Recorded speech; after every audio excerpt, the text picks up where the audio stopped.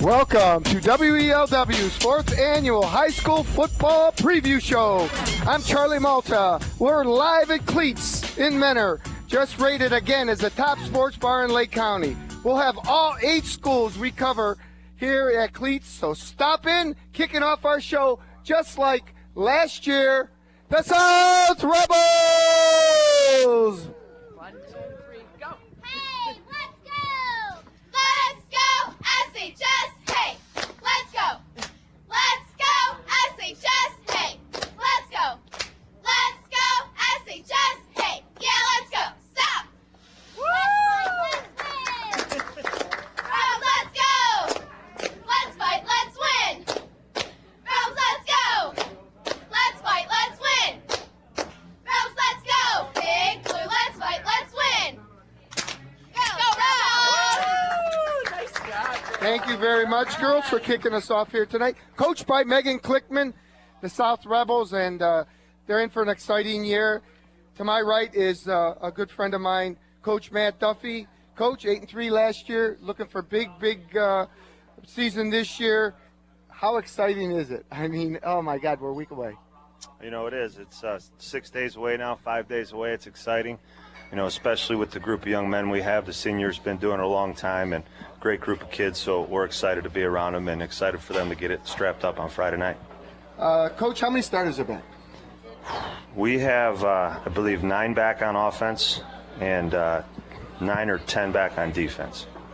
Okay, and obviously the preseason means a lot at South, like all the scrimmages for the schools. Your preseason schedule is like any top school in the country's Division I school schedule. You had Lake Catholic, Aurora, and Washington Massillon. Talk a little bit about the scrimmages. You know, they were all, I think the best thing that stood out for us, they were all very physical scrimmages, and like you said, 3 teams that are very well coached, that have some real good athletes, and we do that for our kids because we're trying to get them ready, and you know, get them ready against a team like Lake Catholic that's had so much success in the postseason, and Aurora, Coach Mahalik, who's won a state title a few years back, and then of course, you know, Massillon speaks for itself, and I know they felt real good about their team this year. So we do that to get the kids ready, to challenge them, and to get us playing at a high level as quickly as possible in the season. Coach, it says a lot about your staff. Each and every year they've stuck together, and it even says more when a school comes knocking at your door and says, we'd like to interview one of your coaches for a head coaching job. Nodonia did that, and you lost a good friend of ours, Jeff Fox. Talk about that and how you've been able to keep the staff together. Well, you know what, I've been pretty fortunate, first of all, to have great guys in the past, and Jeff is obviously a fantastic coach, and we still talk quite a bit and bounce things off each other, and, you know, tell him someday we'll meet, hopefully in the postseason. But I've been lucky. I've hired some really good guys this year, and we're excited about that. I'm excited. You know, I'm always a Rebel fan. I'll be a Nordonia Knight fan a little bit this year, and keep watching on him. But I've been really blessed with the guys I've been able to bring in this year, and move some guys around that were here last year. So, you know, we're going at it 100 miles an hour and having fun. That's great. Well, I don't have to tell you, one of your number one fans is Ray Milavec. Point blank loves South Rebels. And I can't choose, so 50-50, I'm always split down the middle. Ray, what do you think about this Rebel team here, huh? Well, you know, I'm not 50-50 down the middle, but, you know, I like all high school sports, of course, and every time I get a chance to be a part of WLW's broadcast crew, it's the best part of my year, no question. Having some fun with the captains right now. In fact, I just followed the bus in Lansing, you know, stays right next door here, and some sad faces there. I mean, we've whipped them twice. Today was 9-1, so, you know, we're right in the playoff hunt, and that's great. That makes it exciting. But more exciting to me now is high school football. And Coach, I've said it before, I'll say it again. The reason I like South so much is it's not only well-coached football, well-disciplined football, but it's fun football. I mean, it's wide open. No matter where you're at in the field, you can score, and you've proven that over the years. And as I've always said, it's got to be fun for the kids practicing the kind of football you play. Sure. Well, I'd like to say all those points are because of coaching, but we've had some pretty good kids. And, when you have talented kids, athletic kids that work hard, you're a dangerous football team, however you decide to play it. And we've played a certain style of football offensively over the years, and it's fun to coach. This group coming's just as fun to coach. They're just as explosive.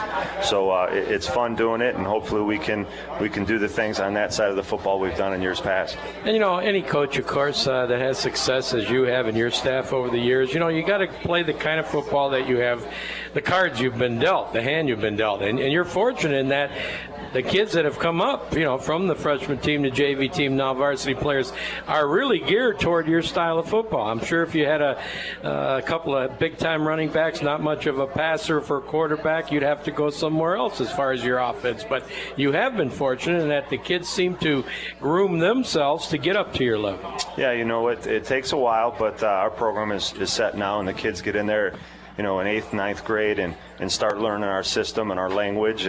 And I think a big part of it is they have fun. And whatever you got to do personnel-wise and formation-wise, if you make it fun for them and it's exciting and they believe in it, you're going to have some success. Coach, I want to talk about two kids. The first time I seen this kid was 4th and 19. Ray Rest got hurt. And you put him in, and he got a first down, and that rest was history for Casey that day because Ray came back in a ball game. But that's the confidence you had. I know you remember the play, and now he's a senior. Let's talk a little bit about Casey Klickman first. Well, Casey's he's really matured over the years, and this year not only mentally but physically, he's a big, strong kid right now, and that's something we'll be able to do a little bit more of once the season starts. Get him running the football a little bit too, but he's a talented kid. He works hard. He understands football. He understands defense. He's a pleasure to coach because he gets it, and it matters to him. And when you get those type of kids doing whatever it may be, they really care about it. They're usually special players, and I think Casey's got a chance to be one. And the second, he could end up being all Mr. Football in the state of Ohio, and that's Kareem Hunt. The last game I called, 400 and some yards against North. And I hope the field's in a little bit better shape. I'm sure it is. And let's talk about Kareem. Like you said, Kareem is, first of all, another fantastic kid. He's worked real hard. He's a kid who's grown up. I think also in the offseason mentally and, of course, physically. He's probably put on a good solid 20 pounds this offseason, and he's quite a bit faster than he was last season. And he's really understands the game now, our offense and pass protections, and we're getting him out a little bit more. So we laugh all the time. I tell my running back coach, your job is don't tell him what to do and just let him run. And he's a fun one to watch, and he's a powerful kid and a physical kid, and he's got some guys up front for him that can get to move some people, so I'm excited to see him myself. That comment I just heard just put 10 opponents shuddering when you said he's a little bit bigger, a little bit stronger, and a little bit faster. 20 pounds strong. Before you introduce your coordinators that are here with us, a great friend of mine's your AD. Put your AD hat on because Steve could not be here, and we would like to tell our fans listening at home and here at Cleats in Menor, your schedule. You kick it off. I was at Friday's game against North. You got a barn burner right off the bat in NDCL. Yeah, we are week one. We'll be at NDCL, and like you said, they got us last year, and we're excited to get against them. They're a well-coached football team and good kids. They play hard. We've had a chance to see them at 2 scrimmages, so we'll be tested early, and we're going to have to go out and play great football to get a chance to get out there and get those guys. From there, we're home against Mayfield High School, and that game speaks for itself. It's always physical, tough.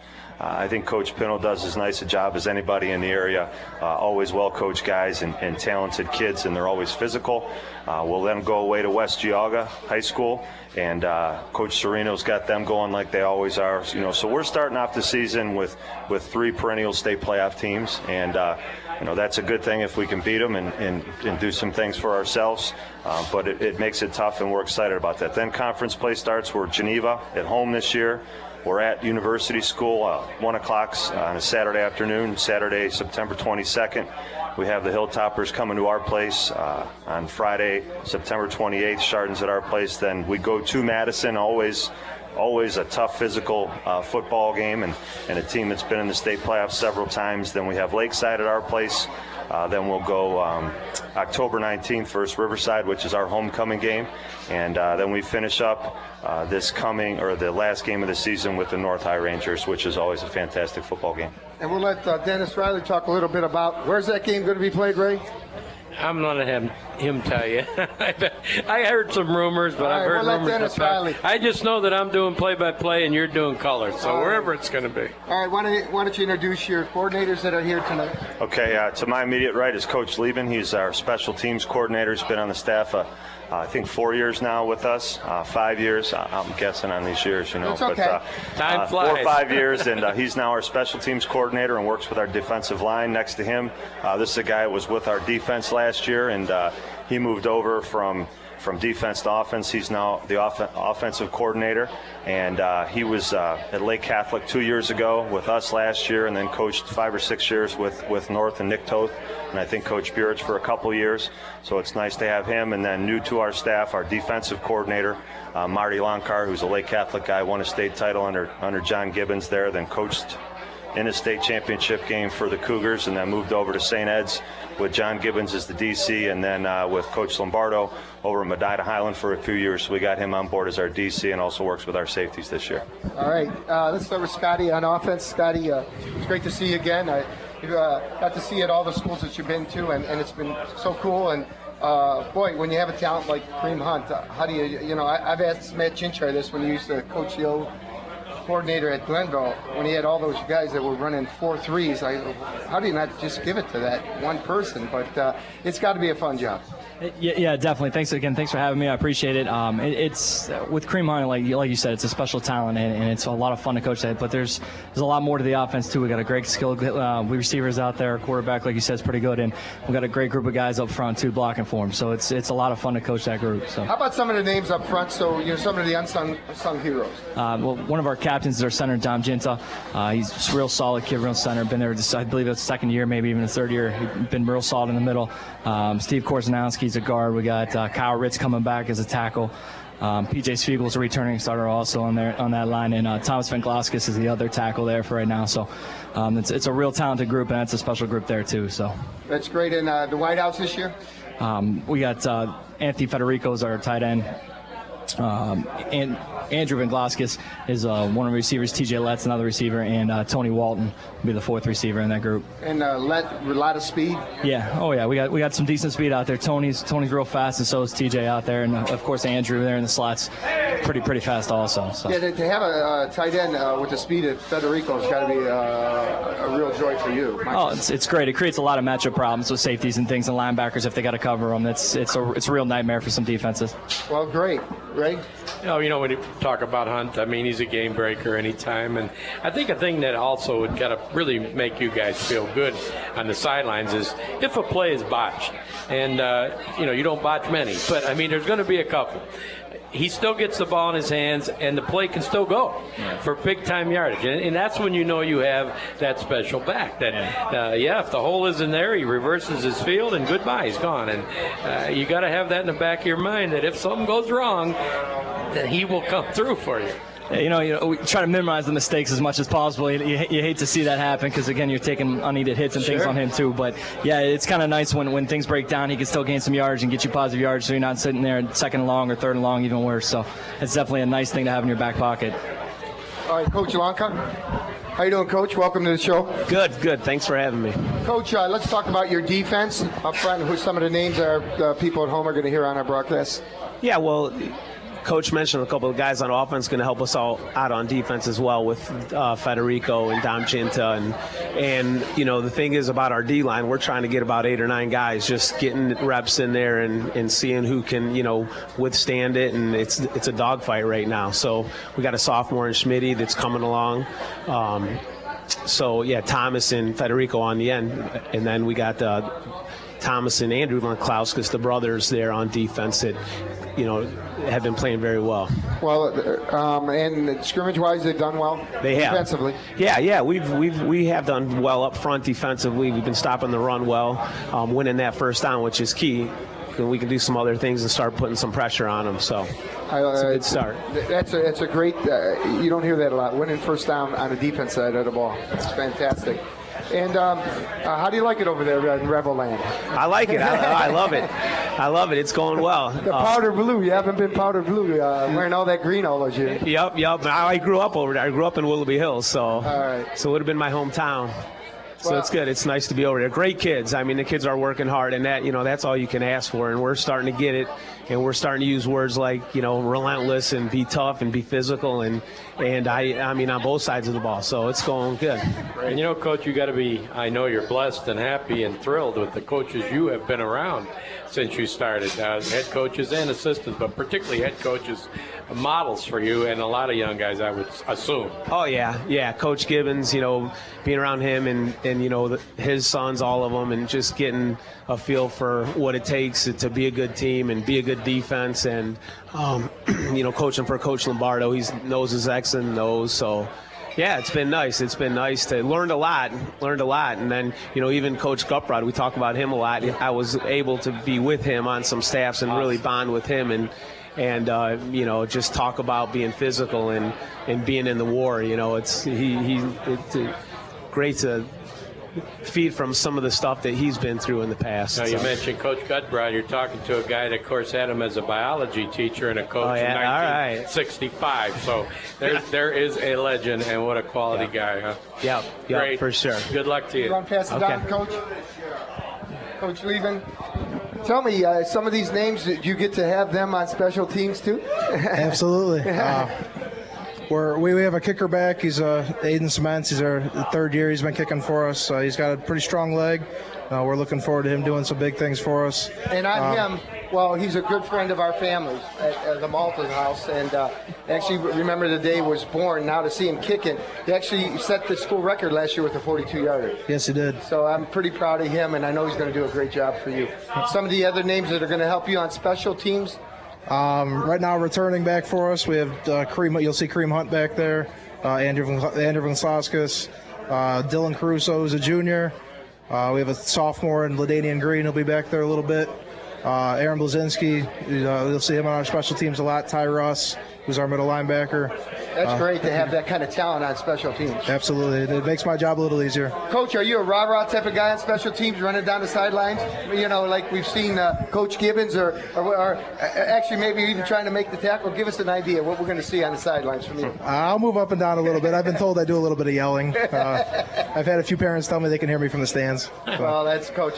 Coach, it's great. We're excited to see you guys kick off the season, and it's going to be a good one. I know that Evans kid's tough. I seen him the Friday night. Had a nice touchdown run, but you guys will be up for the task, and I know you want to get kicked off on the right foot. So best of luck to Coach Duffy. Coach, you got some of the kids here tonight? Yeah, I do. There's a number of them. We've got our three captains we'll bring up for you. Yeah, but as that'd I'm be looking great. around here, there's a ton of them. Our three captains this year: Casey Klickman, the quarterback; Dom Ginta, our center, and we got the other one. We all here? Anthony here? I talked to him. Anthony Federico, our tight end and DN. Yeah, bring them up. There for We'll you. talk to them for a couple minutes. Thanks, coaches. Good luck, fellas. Good job. Good job. Scotty, good job. And here are the captains. No, you're good. Put Casey on the mic. Casey.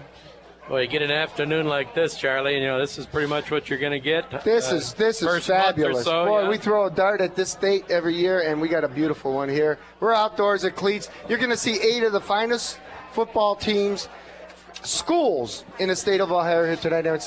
And the first player on is quarterback for South, Casey Klickman. Welcome to the show, Casey. Thank you. Casey, how does it feel senior year? I tell the players, I hope it goes slow for you because before you know it, graduation's here. Yeah, we've already been talking about how it's been going so fast, and 2 days are over now, and week 1's already here. So. All right, for our listeners at home, you're the quarterback. What number? And you're a senior. What number? Number 5. Number 5, and you've been a starter for. I was starter last year and this year as well. Okay, toughest drill for Casey Klickman. Probably offensive individual period. Okay, all right. In the huddle, in the South huddle, is Casey Klickman the only one that talks? Or Yeah, I'm the only one. I mean, the Kareem doesn't say, "I want the ball." Nah, he doesn't. Okay, toughest defensive player you faced so far in your 2 years? In my 2 years, toughest defensive player was he played nickel for Solon, so Okay, don't know his name. all right. Have you chosen a school yet? No. Okay, a message to our youngsters to get to the position you're in now. Work hard every day and never give up your dream. I love that. Okay. And goals for South Rebels this year? Take every day, take every game 1 week at a time, and try and make it as far as we can. Excellent. How about height and weight? You put on a little bit. We're talking about hunting. Yeah, I put on 15 pounds in the off season. So. And your height? I'm a flat 6. Okay. No, you definitely look like you filled out a little bit. That's going to help you in weeks 8, 9, 10, 11, 12. Thank you. Good job. And who's this? Dominic. Dominic, and number? 55. 55 position. Center and defensive tackle. And how many years now for you? You've been here This is for a going while. to be my second year starting. Second year starting. Okay. Toughest drill for you? Offensive half line period. Or what happens there? Like pretty much you run like 100 plays and you just never stop. It's terrible. 100. Could you run 3? 2. Okay. All right. Toughest offensive player you played against? Offensive player. Well, this is my first year playing defense. Okay. How about So last year definitely Nate Hoff for Solon. Okay. That was good. All right. Message to our youngsters from you. Just keep on working hard, and hard work will allow you to get to the level of playing varsity football. I like it. And have you chosen a school yet? No, not yet. Okay. And your goals? My goal is to win a state title this year. Excellent. So. Pass it on. And this is? Anthony Federico. Anthony, you got a lot bigger too. Thank you. I spent some time in the weight room. I don't think you were out there. Well, we'll give your dad a plug. What dad is yours? Greg. And Kenny King's is where? Which ones? Yeah, which Kenny King's is his? On the Willoughby one. Okay, because I was on jury duty with him, so I always give him a plug. Yeah, that's what He's you're a saying. good guy. He's a good guy. All right, toughest drill for Anthony. Everything at South is tough. Oh, all right. Okay. All right, who's the toughest player you faced so far? Ty Russ on scout team. All right. All right. Message for our youngsters, Anthony. Just keep dreaming. Okay. And have you chosen a school yet? Have not. How about a field? What field, maybe? Nothing specific. Definitely in the medical field. I might go into nursing or pharmacy. Okay. Okay. And goals for Anthony Federico? Well, for South to win the state championship. Okay. Your tight end, for our listeners at home, you're a senior. What number? 2. 2. All right. Next up. How you doing? Good. How you doing today? Good. Good. I like it. And name? Ty Russ. All right, Ty. I knew, but our listeners at home didn't. Number? 22. Position? Linebacker. Linebacker. All right. It looks like you're a linebacker. How about the toughest offensive player you played against? Probably Nate Hoff from Solon. Really? Okay. Big kid. Toughest drill for you? Definitely our defensive tackling circuits. Yeah? Yeah. Do you have to really tackle Kareem Hunt when you're playing? Sometimes I can tackle him. You can tackle him? All right. Except he heard that. Look out for tomorrow. Okay. Message to our youngsters? You got to stay hungry and you got to want it. You got to stay hungry and you got to want it. I love it. How about you? Have you chosen a school? Nah, not yet. Okay. And goals? I want to win a state championship, and I just want to be successful this year. Excellent. Best of luck in that dream. Thank you. Let's hear it for the South Rebels. Next up, the cheerleaders to end their segment. And as you heard Coach Duffy mention, they open up against the Lions of Notre Dame Cathedral. Thanks, Latin. guys. Of course, their head coach in the Hall of Fame, Byron Morgan. And it's going to be a great, great showdown between two teams that obviously going into the season with a lot of high hopes. Fire up, Rebs! Go! Go!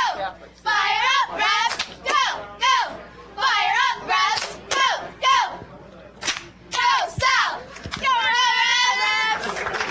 Rebs! South Rebels cheerleaders. And Next they'll up, be in action Mike Friday. Bell, Sam Calacaro that's out there, I'm sure. Come on forward. We appreciate the Rebels that come out in droves. And here's Coach Bell. Once again, we'd like to remind you we're on a little bit longer. You know, our usual Monday with Malta show goes from 7 to 9 each and every Monday night. It's going to start in a couple of weeks once the captain's season has ended. And then we'll be on with you Monday through every Monday, right up and through Christmas. We take a little hiatus during the holidays. We come back, and we take you right up until Captain's Baseball in April. So one of our big shows is, of course, the Cheerleading Challenge, which we're excited to announce has a new home, and we'll tell you about that a little bit later. But Cheerleaders, here we go. Let's see what we From got. the Lake Catholic Cougars. 2, 1, go. We are LC. We are LC. We are LC. We are LC. We are like the Lake Catholic Cougars. LAKECATHOLIC. We are like the Lake Catholic Cougars. LAKECATHOLIC. We are like the Lake Catholic Cougars. Woo, nice job, girls. Nice job, girls, coached by Teresa Hassel. Teresa is with the rest of the girls are at freshman welcoming over there at the Cougar Land. And there's Bill Tilton that just walked in. Thanks, Bill, for stopping in. Coach Mike Bell's here tonight. And, Coach, 86 wins in 10 years. Congratulations on that feat. I'll tell you, it's a big number, and it says a lot for your program. Now, it says a lot about the hard work that the players put in over the years and the quality student athletes that I've had the opportunity to coach and the great coaching staff, the guys that I've had an opportunity to work with on the sidelines as well. There's no question about it. And your staff alone is speckled with a lot of great names in coaching. Let's talk about them first. Well, it's hard to talk about Lake Catholic without bringing up John Gibbons' name. Of course, became the head coach in the mid-'80s and took us to our first 2 state championship games. And he's back on the staff. He's been with us now for, I believe this is his 3rd or 4th year back, after his stint at St. Ed's where he did a great job and a couple years at Bedford, but we are extremely excited to have him back. He is he's everything that you've ever heard. He's a great motivator. The kids love him, and he works hard. He's 68 years old, and he has the passion for the game that I'm sure he had when he was 20 years old. And then we've, in addition to the great coaches that I've been able to work with over the long haul with Scott O'Donnell, who I think is the best defensive coordinator in the game, and Chuck Grebens, who's been he's been an assistant coach for every single coach with the exception of Tom Ward there. So he's been there since 1981, and he does a tremendous job with our special teams, coaching receivers and defensive backs. But in addition to those guys, we were able to add the likes of Art Bortnick this year, who was a multiple state champion as a coach and obviously had a great playing career before getting into coaching. And he's, I've always had a great respect for him and the program they had at Benedictine all the years that we went head to head. And it's been a real joy for me to get to know him in another way. In this case, standing next to each other on the same side. Boy, and picking their brains, boy. It's such a wealth of talent on your staff, and just those meetings got to be pretty incredible and bouncing stuff off of each other. They're very interesting. First of all, there's a ton of stories with all those guys. John Gibbons has the greatest memory of anybody I think I've ever been around. He can remember things that happened 60 years ago. He'll tell childhood stories, about when he was 8 years old back in the neighborhood. But getting to football, absolutely. I as a head coach, I think I've always been very open and asking for advice and assistance from my assistants. That's what they're supposed to do. And when you have guys like that, it just makes it that more interesting, that much more special. No question about it. Now, Coach, 2 guys I want you to talk about. First, I got to actually see them. One of them grew up since he was very young, and that's Johnny Stepik, and of course Mark Banowitz. Let's start with Stepik. I'm really excited to see him on both sides of the ball this year quite a bit, right? Yeah, this is his senior year. He's been with us all the way through. He's been a great football player for us. He's a senior this year, a captain, and when he walks up here later, if you bring those guys up, you'll know who he is. He's a great-looking young man. He works hard, and as a result, he had a number of offers to sift through, and he decided to verbally commit to the University of Toledo to get to that out of the way before his senior year, and we're obviously very, very proud of him and excited for him. And Mark Banowitz sure has become one of the best quarterbacks in Northeast Ohio. He's a young man that shows the ability to improve and get better with every single opportunity. He was such a different player this time last year than he was at the end of our season last year. And, of course, through the great basketball season that he had, and he's done a great job for us through the summer camps, confidence sky high. I'm just excited to kind of cut the rope a little bit and let him go. We've kind of kept him hand tied a little bit with our preseason. We don't want to run him. We know what we got, but that's not the case anymore. We're not in preseason, so I'm excited. We've seen a little of that at the end of last year too. Oh yeah, definitely. All right, well, we're at the bottom of the hour. We're gonna, before I let Ray at you, and when we talk to some of the guys, we are WELW. We are the talk of the town. This is our high school football preview show live at Cleats. We'll be right back after this short break. The big summer sell-off is underway at Pat O'Brien Chevrolet. Thousands of cars and trucks with the best sale prices, rebates, and discounts. The best time to buy is right now. Nobody has more or sells more than Pat O'Brien Chevrolet. At Pat O'Brien Chevrolet, you'll find two things that make car buying fast and easy. The biggest selection of any dealer in Ohio and upfront pricing that takes the hassles out of buying. So don't waste your time or money. Come to Pat O'Brien Chevrolet. You've heard people say there's no such thing as a free lunch. Well, they obviously don't listen to WELW, because you'll get free lunch from 11 till 1 Friday, August 24th at PNC Bank off East 260th at 26,000 Lakeshore Boulevard in Euclid. It's a Friday free lunch barbecue with delicious food from Max and Irma's and prize giveaways to thank you for listening. Look for WELW's street vehicle and prize wheel. Oh, and it really is free. Courtesy of WELW and PNC Bank in Euclid on Friday, August 24th from 11 to 1. Step to the beat and enjoy the City of Willoughby's free summer concert series every Thursday at 7 p.m. at the Gazebo in downtown Willoughby through August 30th. You'll hear various bands like Heritage Brass Quintet, the Don DeSantis Orchestra crooning the tunes of Sinatra and the Rat Pack, plus Mary Taylor Brooks with her country, rockabilly, and blues style, Face Value featuring contemporary and classic rock, Alex Bevan with charming folk music, and Abbey Rodeo ranging from sounds of the 60s to pop, bluegrass, and much more. For free summer fun, visit WilloughbyOhio.com. Texas Roadhouse in Willoughby invites you to lunch and bingo on the road Friday, August 24th at 10:30 a.m. Enjoy a special lunch for $7.99, sirloin to grilled chicken plus 2 sides. Join WELW for bingo and lunch at Texas Roadhouse in Willoughby Friday, August 24th at 10:30 a.m. Add a sprig of brightness to your home and a spring in your step, courtesy of The Carpet Guy. Don't miss the huge carpet remnant sale in Willoughby across from the News Herald. The Carpet Guy wants you to be comfortable in your home. He only carries the best, soft, plush, downright cushy carpet. Don't be fooled by the other guys. The Carpet Guy beats the other guy's best carpet price. Call Mike Simon, The Carpet Guy, 440-796-9036, and you can walk all over him.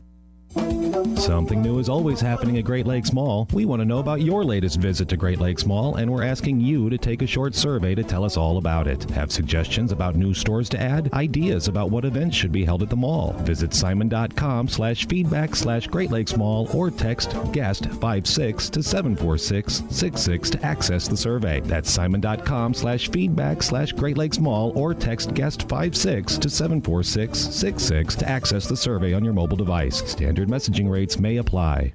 Hi, this is Dale Stefancic, talk host of Small Business Talk Radio. Join us at our new day every Monday at our new time from 5 to 5:30 on the Talk of the Town, WELW 1330.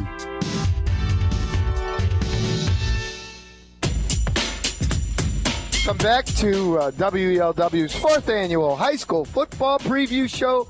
Ray Milavec, my partner on Mondays with Malta, sitting next to me, and Coach Bell to my right. And Ray, you got a question for Coach?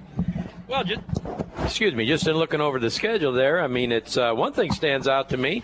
I mean, normally of your 10 games, 6, maybe sometimes 7 are played on Saturday night because of the availability of Osborne and so forth.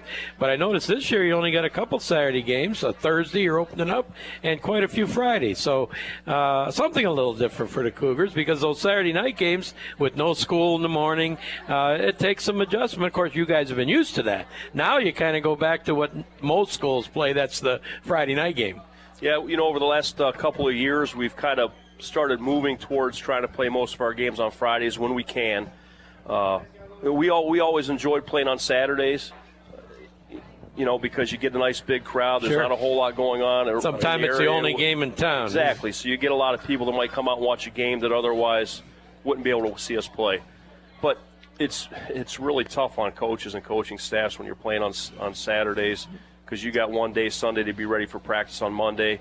At least on Friday nights, you've got Saturday. Then you can kind of sleep on it, so to speak, and then get back together on Sunday and start to formulate that game plan and get after it for Monday. So, we really enjoy playing on both nights, but it is kind of nice playing on Fridays. On that note, why don't we go through your schedule, put the Sam Colacaro hat on, and tell our listeners where you start and where you finish. Go ahead, Mike. Well, we've got Strongsville we open up with this Thursday. This is the second year that we've had them and opened up with them. Very excited about that game. I had an opportunity when I was a young coach to coach with Russ Jakes.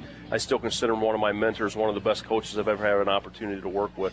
And then we get into Brunswick. Of course, the storyline there is Michael Gibbons, who was with us in 2001. I got an opportunity to coach. We won a state championship together as the defensive coordinator over there, and, of course, his father's on the staff here. So that's going to be very interesting. We're out there for a one-year deal.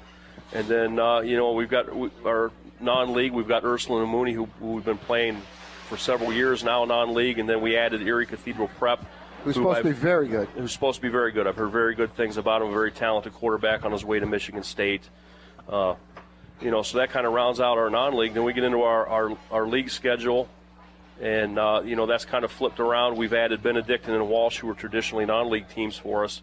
But now they're in our league, which is, as a result, forced us to go out and find some other teams to play. That's why we've got those new teams on there, the Preps and the Brunswicks. But our league now with the additional Walsh and Benedictine, and of course, Padua and NDCL and Hoban have been mainstays in that league for a while now. Very talented, very well coached teams, and you've got to be ready week in and week out. There certainly is no break there. When you mention those teams in your league, they're all potential playoff teams before you even kick it off this week. Yeah, they are. And I think that schedule top to bottom, including the league, if any of those teams, if we're not at our best, are capable of beating us, but we certainly at our best, I think, are capable of beating them. Mm-hmm. So I think that makes it even more exciting. Sure does. Okay, let's talk to the players. We'll start off with Johnny. Johnny, welcome to the show, big guy. Good, how are you? Good. It's been great to see you grow up through St. Felicitas all the way to this point today. I know my wife's listening now, who used to be your lunch mother, and she's smiling too because just a great family and very proud of you, John. Thank you. Some great names have come out of St. Felicitas. Yeah. Robert Smith, yep. John Stepik. Huh? What do you think, Mike? My wife's making something good over there for lunch. He must, or she must be. Look at him. I know. I'm telling you. Johnny, what number? And tell our listeners position both on offense and defense this year. I'm number 7. I play defensive end. I'll begin fullback 2 this year. How do you like carrying the ball? Oh, it's fun. I think, what was it, 7 touchdowns and 11 carries or 11 yards last year? That was pretty cool. Toughest drill for John Stepik? Coach Gibbons grind. Okay, all right. And is that you against 2 other guys? No, it's a workout we do with Coach Gibbons. Okay. He pushes us, You're all right.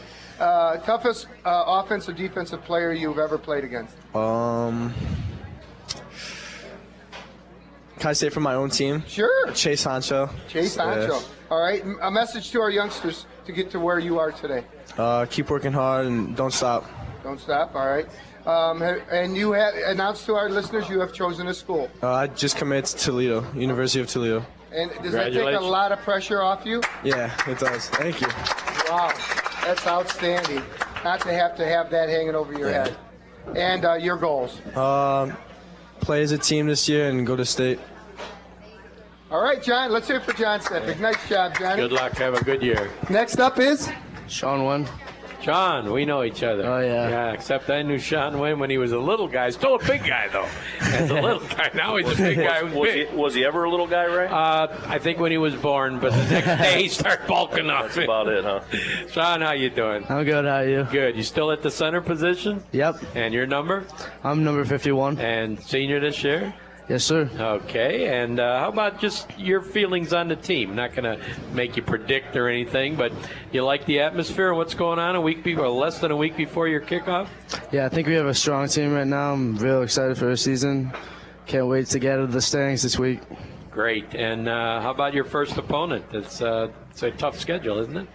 Yeah, we have a really tough schedule. Coach Bell picks the games, and we have to go week in and week out and show what we have. But a great preparation for like weeks, hopefully 11, 12, and so forth. Yeah. Yeah, see, that's the idea. I mean, I know Coach has that philosophy, Coach Duffy, most of the good programs. I mean, if you're not playing the best during the first 10 and you happen to have a decent season and get into that week 11 and you haven't played that kind of competition, it's going to be a short-lived playoff, you know, whereas you guys, you're prepared. I mean, I don't care who that opponent is in week 11, you're ready for it. And it's got to be a confidence builder for all you guys.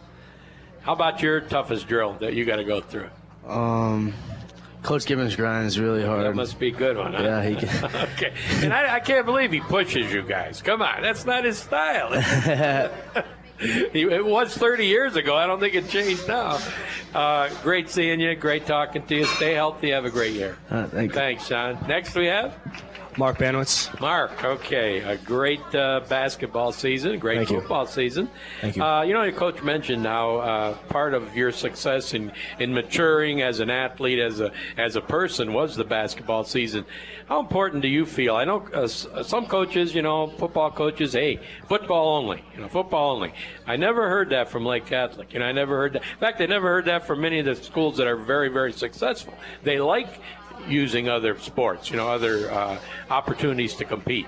Do you feel, even though it's a totally different sport, that competition factor does help you, say, in football? Yeah, I think the two sports complement each other a lot. Football helps a lot with the physicality and the using your body and all that. And basketball keeps you in real good shape and it keeps your quicks up. And it's that idea of competition. I mean, I know the weight room's important, and you guys show it.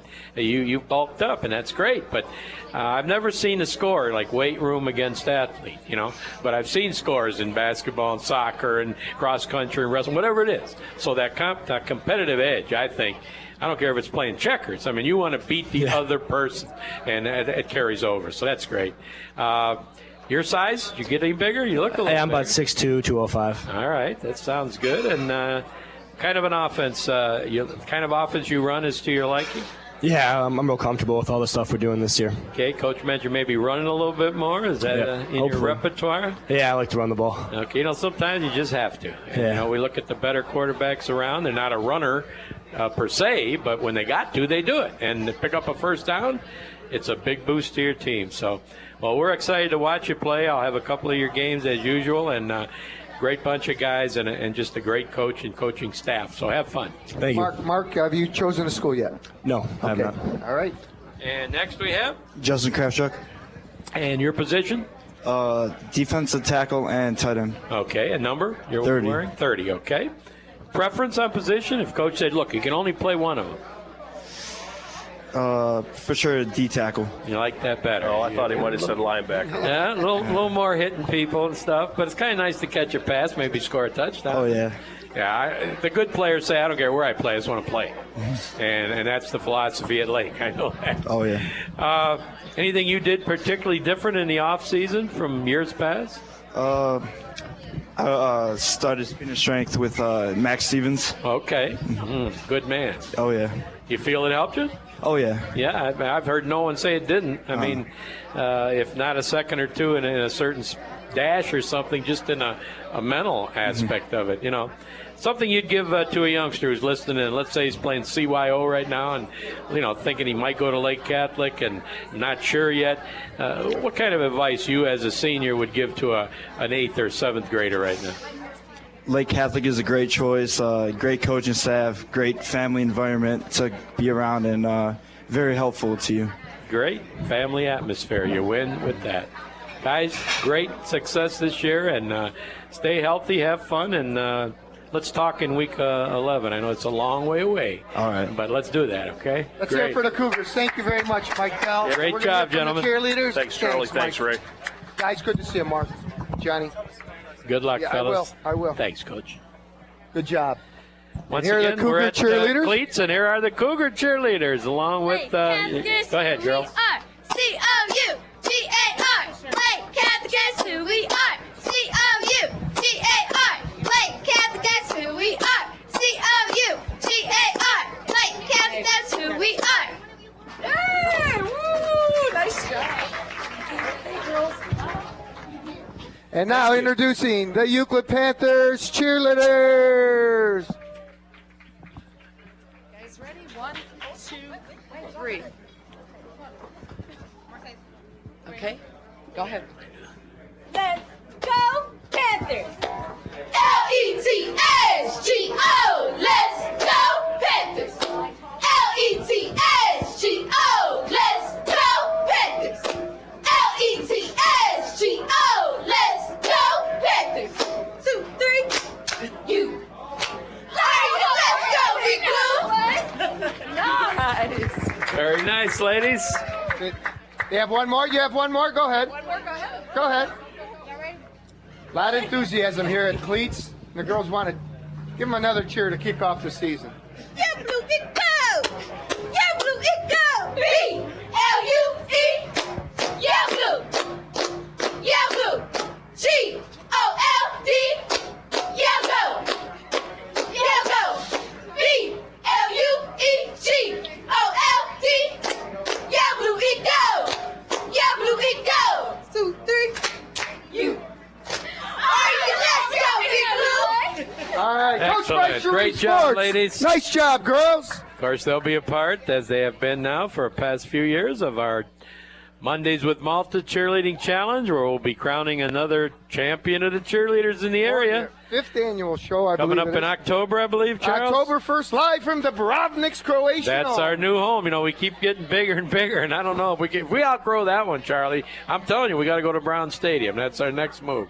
1,000 people last year. We'll try and put another 1,000 into Bravniks. It gives me great pleasure to introduce a good friend of mine, and we've known him a long time. From the time he was playing, Ray, we were calling his game. A few years ago. Tommy Gibbons, welcome to the show, Tommy. Hey, thank you, Charlie. Oh, wow. Good it's to great see you. to see you. guys.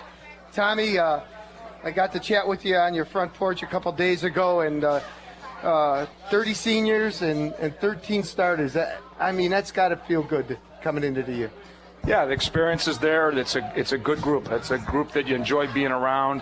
Certainly, we spend a lot of time in the weight room and outside the field, and they're an enjoyable group to be around. And I know they've got a little chip on their shoulder from our record the past year. So that, coupled with enjoying having them around, we're excited about this group. We talked a little bit about the scrimmages, and you were coming close to scrimmaging North Royalton. How did that go? Went well. We actually started off with an and a half setting, as most of the teams were doing last weekend. 14-0, we were trailing. Early in the second quarter, we blew an assignment in a coverage, and they had another drive, and we responded very well and finished the half off with 2 touchdowns, made it 14-14 with a minute and a half to go in the half. And then we used our timeouts well. Our defense got stops on 3 consecutive run plays by North Royalton.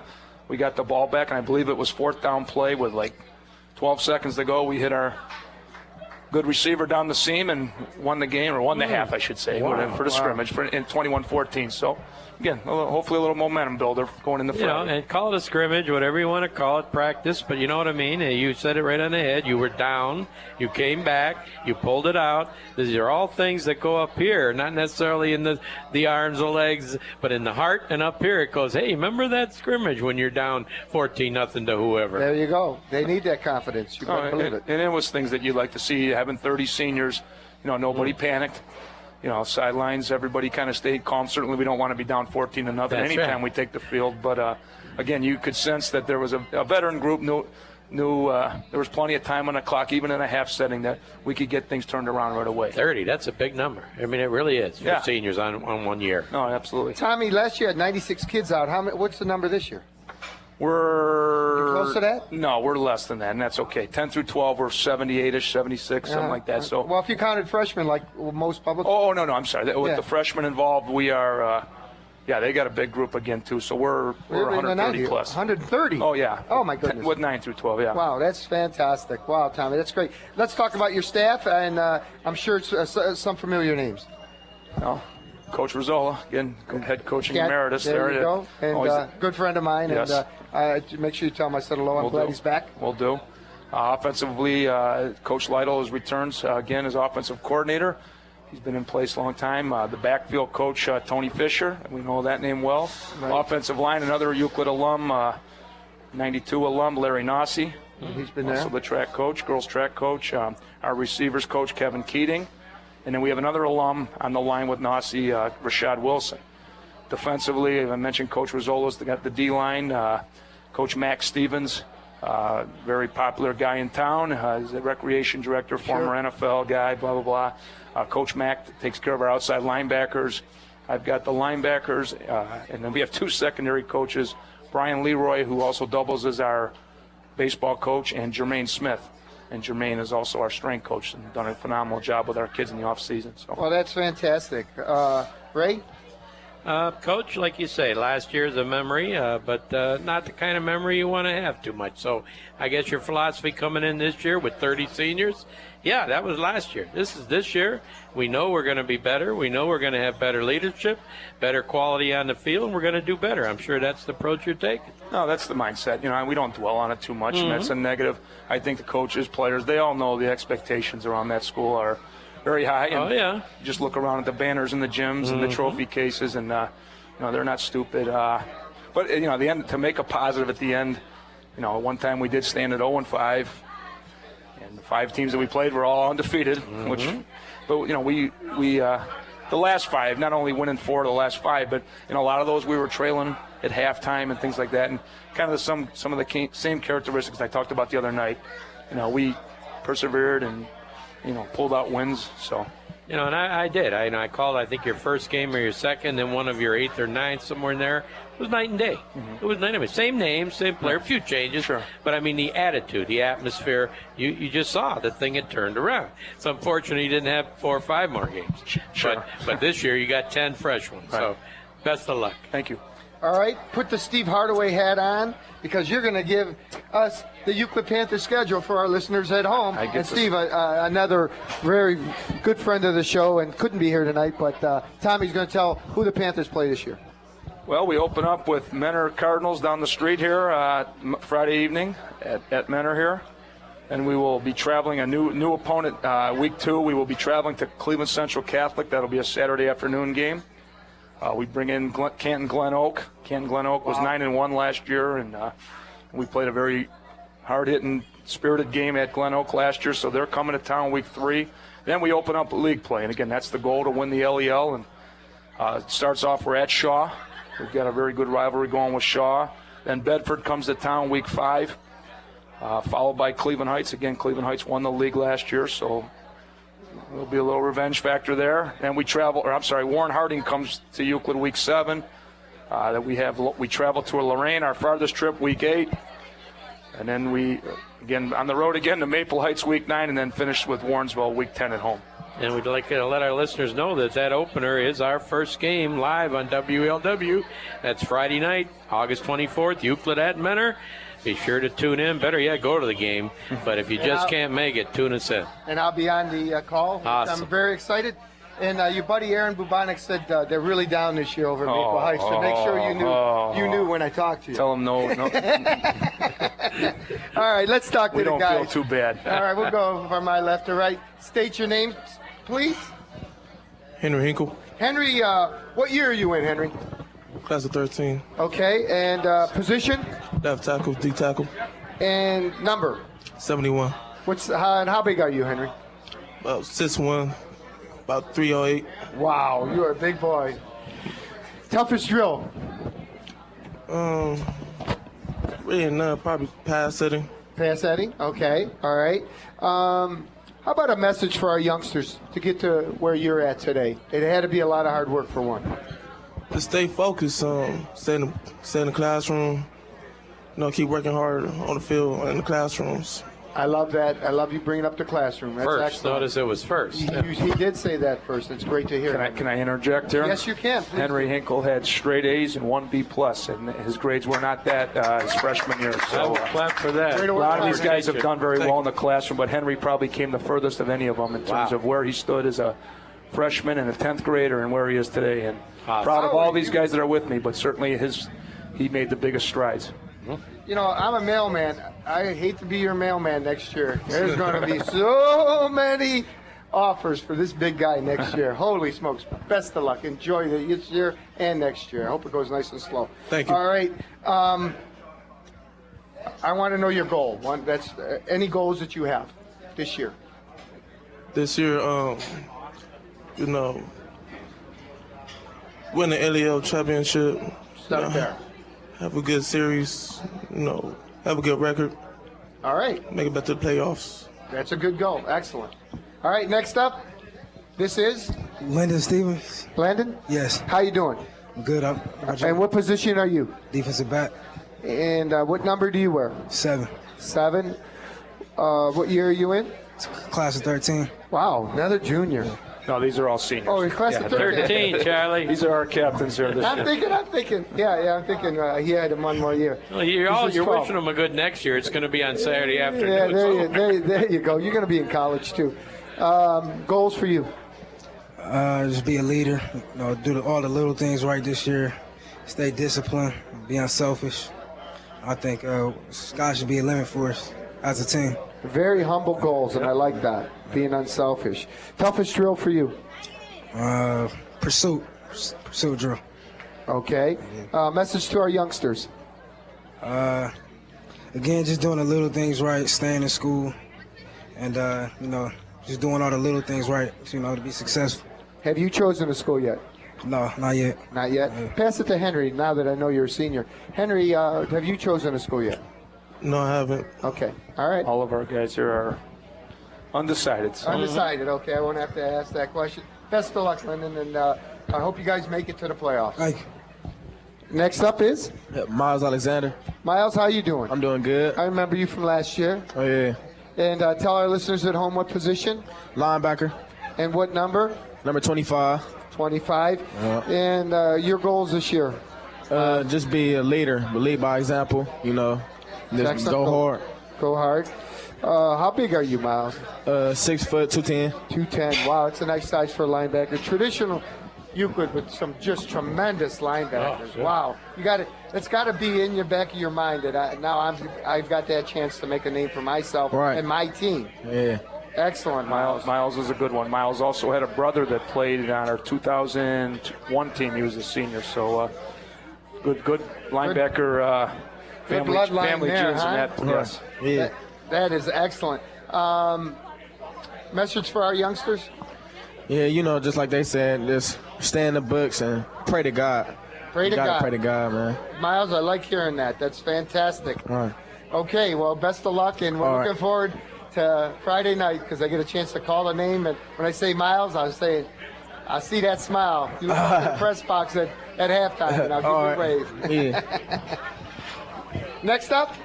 Matt Blaha. Matt, how you doing? Pretty good. Matt, I love you. Yeah, you've been playing now. Is this your third year? Yes, sir. I know. I've been calling your games, and Matt, you're a force in the middle, and best of luck this year. Another kid that's going to get a lot of looks from a lot of schools, Tommy. He's a big boy. Tell our listeners at home how big you are, Matt. It depends on the day? No, it depends on the height measurement. They get me anywhere between 6'3" and 6'4". Okay. And then from 375 to about 380. Wow. What's a pound or two in your Tommy, Matt can move. Pardon me? Matt can move. I was going to say with speed to move. Matt played basketball up through the 8th, 9th grade. Matt was a first baseman in 9th grade. Oh, my God. We told the baseball coach to cut him his 10th grade years. But, no, he's an athlete, as is Henry as well. Sure. Matt, positions, you middle guard and left tackle? No, I'm a left guard or a center. All right. And then they're going to work me in a little bit at nose this year. Okay. I would think, you'll get some playing time there. Probably just on how tired he is on offense. You're scoring a lot of points. You might not be you might need a little rest on defense. That would be the only reason this guy's going to keep you off the field. I guarantee you that. Yeah, I hope so. All right. Matt, the toughest drill for you? Our shoots. Your shoots, what do you got to do? Stay low. Matt's got a big smile on his face, too, there. And it's his toughest drill. I love that. I love it. What number do you wear? 78. 78. Don't forget that, listeners at home. Never heard someone so proud to be number 78. Yeah, he's smiling. And how about our message for our youngsters? Stay focused. I wasn't fortunate enough to play Muni League football, so I started in middle school. So I started a little late. But, with hard work and stuff, I made it to where I am now. You said a good word there for our listeners at home, and that was fortunate. Now you've had the opportunity, and you seized it. And you're going to have a great year. I just know it, man. Thank you. All right, let's hear it for the Euclid Panthers. Great and here come the cheerleaders. You got it, ladies. Good job. All right, Charlie. See you Friday night. Anything changes, you Is what we need. S-P-I-R-I-T, spirit is what we need. Ooh, ooh, ooh, it's what we need. S-P-I-R-I-T, spirit is what we need. Ooh, ooh, ooh, it's what we need. All right, the Euclid Panther cheerleaders. And I'll tell you, they'll be in action, of course, Friday night as well as they Thanks open so the much. season on the sidelines. This is our 4th annual WELW's high school football preview show. Stay tuned for another hour and a half live here at Cleats. Next up, the East Lake North Rangers.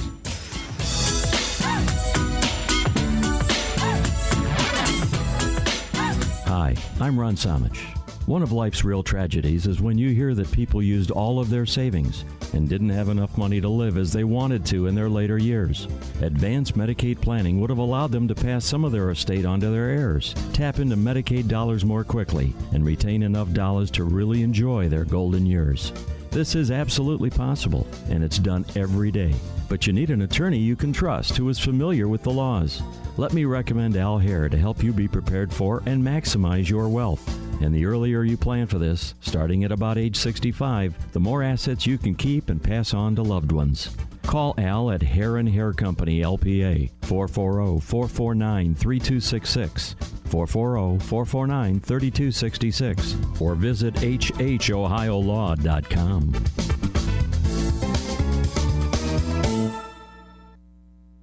Join Steve and Linda at 7 a.m. on Monday when their guests will include Josh Mandel, Nathan Last, Shannon Rose, all on Wake Up Lake County on the Talk of the Town, AM 1330 WELW. Summertime in Northeast Ohio is the best. If you're planning a backyard event, add color, style, and life with a floral bouquet from a classic florist. Going to a party? A sunflower bouquet is sure to brighten anyone's spirits for any reason. Or show your true colors with a patriotic bouquet. Call 440-833-3333, 833-3333, or visit aclassicflorist.com for more ideas. Make your summertime moments unforgettable. Make them classic. A Classic Florist.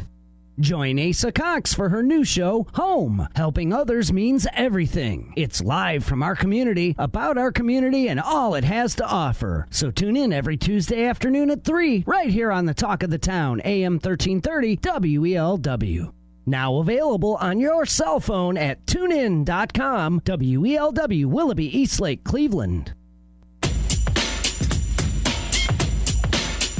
Welcome back, everybody. I'm Ray Milavec, along with the main man, Charlie Malta. This is not Mondays with Malta. This is special edition Sundays with Malta. We're live from Cleats on an absolutely perfect night for this show or anything you're doing. So if you're in the area, stop on by. We got another hour and a half. We're on till 7:30 tonight, and then of course once our regular show kicks off on Monday nights, it'll be our normal slot of 7 to 9 p.m. But Charlie, it's nice to have that little extra time, and this is the kind of night that pretty much we're going to see for the next good month, maybe 5-6 weeks if we're lucky. You hit the nail on the head. We're pretty excited, and kicking off our 6 o'clock hour, coached by a dear friend of mine, Jen Orlando, East Lake North Rangers! Go now. Charlie Malta! Hey, we're here! This is our year! We are the Rangers and we're ready to cheer! We're the orange, black, and white! Charlie Malta, prepare to fight! Good luck to you! We wish you well! We wish the best from NHS! How about that? Still in Charlie Malta's name in a cheer. I got to get those lyrics. I'll tell you, Jen Orlando, again, just one-ups everybody on that, and I appreciate that. Really put a smile on my face. One of the mainstays of our cheerleading competition each and every year. And the Rangers won one year. That's one of the former past champions. And new venue, as Charlie mentioned. We outgrew every place we've been, and now we're trying the Croatian Lodge on 91 in Lake Shores. It only holds about 1,200, so we'll see if we got to move from there. I don't think so. Wait to see the food that they're going to have $5 a la carte food, and the kids will love that. It's going to be a lot of fun. But now it gives me great pleasure. East Lake North Rangers, AD Mike Riley, who both of us work for, and And I mean Mike Riley, Dennis Riley. I was just thinking Mike Riley because, oh my goodness, it's coming up to his anniversary. Dennis Riley, who both of us worked with, and coached by George Burek. But George had to be at his son's football game? Yeah, at his son's scrimmage tonight. So. Okay, and George wouldn't miss it. A big fan of the show, and I actually got to see him grow up, too, on Fairway Boulevard in Willowick. I was his mailman. And with us is Vic Tamba and Coach Mike Fellenstein. Mike, what side of the ball are you? Offensive. Offensive got coordinator? the wide receivers, and I assist George with me in the offensive coordinator. Okay, that's right. George went over to the other side of the ball and is the offensive coordinator. And all right, this is the first year in 5 now that no George Gresco. Oh, yeah. We got a big boy in front of me that was walking the sidelines. I seen he was like a cat, a big lion wanting to get in the game against NDCL, but he's resting that ankle. We're going to talk to Ben in a second. It's a new era, but an era where you're going forward, and you got some great offensive-looking talent on that football field. Oh yeah, we're real excited. We got a lot of guys out, and we got Ben, and we got Anton Varabic. We've got a good line through here with Connor Fish, who's here, and then we also have A.J. Sternad, who's stepping up to play both ways for us this year because he was an outstanding defensive player for us last year. Now he gets his chance on the offensive side. And, what I seen, offense, you got some guys that could catch the ball, and Kyle Denahan made a nice grab in the corner on was that a fly pattern? Or? Yeah, he was running post out there, and he did a great job stepping up and fighting to be one of the come ahead in the wide receiver competition. And Ben's also going to like that Sternad, is it? Yeah, caught AJ. that long AJ. That was a heck of a grab, and I spent the first quarter on your sidelines. In fact, I was walking the sidelines, and then the second quarter over at NDCL, and that was quite a grab, and that you made, and you had to be happy about that. Real happy with that one. AJ, that's one of the good things and great qualities he brings is that he can kind of make some of those acrobatic catches, which is going to help us to succeed this year. How about on some of the names we're going to hear on offense other than what we've just talked about? Like I said, we got Anton Varabic. He's a nice big target for Ben, playing wide receiver, some corner, and maybe even getting in a little bit at quarterback for us. You might see that where you switch him up just to throw a curve? I think Ben can probably wide receiver too. That's he did last year. Yeah, Ben's a weapon, whether he's in at quarterback or we get him back out at wide receiver, and get Anton back there. Anton did a great job stepping in on Friday night against NDCL. So, and then we got Mike Ranello at running back for us, who was back up to Jordan Morris last year, and he's only a junior. He's doing well. We got Ron Bolden, who's also rotating in there at running back, and stepped up and did a great job on Friday night as well. Well, great. And defensively, is the defense going to come in up after you with Vic, or no? You got some of the defensive players here, or no? Oh, yeah. AJ's playing defensively. We got Gomez over here, who's been a great defensive star for us for the past couple years. And then we got Ron Bolden, who's playing linebacker again this year, started last year for us, too. Mike, I've got to see another kid grow up, being a mailman and knowing a lot of the kids in the city. He's a sophomore for you guys, and he goes about 195, and I love him, and that's Sean Kurgan. Oh, yeah. He's going to play some for you guys. There's no doubt in my mind. Right now he's in the mix, rotating in on that defensive line as defensive end, and, we're trying to find spots for him offensively, and, he's definitely on our radar as being a kid that, we're hoping gets a lot of time out on the varsity field this year. I spent about 15 minutes with him yesterday, and for a sophomore, talking like he did to me. And I said, Sean, tell me about your class. I said, I know the seniors, Ben, he's like a teacher out there, and he's going to teach a lot of you guys a lot, what to do. But how about your class? He goes, the one thing I want my class to do is work harder and get in the weight room. And for a sophomore to say that, I think he's seeing the vision. I think that's what you guys want to preach. Oh, yeah. That we always want our kids to be like that and have that good positive attitude. And, he's been works hard. He's a wrestler as well. Right. So, I mean, he's constantly off at wrestling tournaments and things like that and working hard. He's got a lot of natural strength. For sure. You know? So, yeah, and his class, you know, there's some good kids there, and they're just a good class that needs to develop it and come along. So getting in the weight room is only going to help them big time. Right. Right. Obviously, Coach, with the change in quarterback, different little bit of a style perhaps coming to the Rangers this year. I mean, a kid who wrote the records of passing in not just North but the area, and now all of a sudden, you know, those records are there. All records are to be broken, but I think realistically, as you and George sat down, you had to say, well, wait a minute now, we can't really do exactly what we were doing for the past several years. Is that pretty much what evolved in the off season? Oh, yeah. It was weird coming into 2 days this year and not having George back there in Gresco.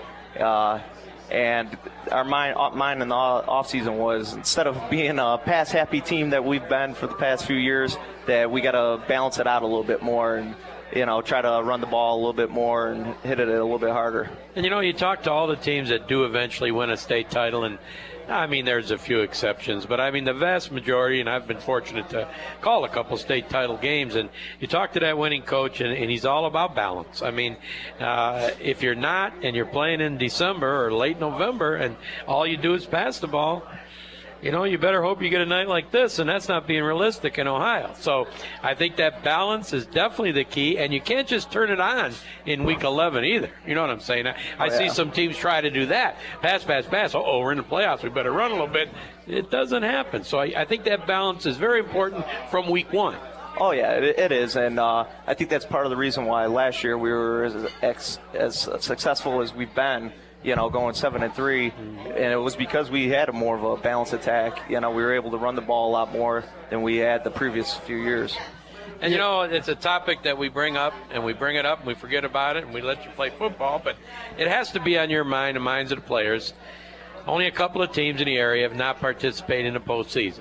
And when I think it's East Lake North, it's almost mind-boggling for me to believe that, because I grew up in Milavec, you know, years and years ago. I went to St. Joe's, but all my buddies went to North, and the athletes that have been through that school and are there right now are second to none. And yet, not in the playoffs. Is that something you guys even mention, or, I mean, you know about it? Yeah, we know about it. You know, we talk about it. It's our goal every year to make it to the playoffs.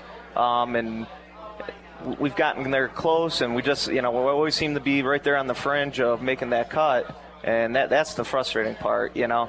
But we try to talk and preach about not looking that far ahead and taking it one game at a time, and, you know, in the end it'll pay off if, you know, we can succeed there. Well, that's where it will get out of hand if you start looking at, well, exactly. if we beat them in week 7, we'll be, you got to win that first one. That's it.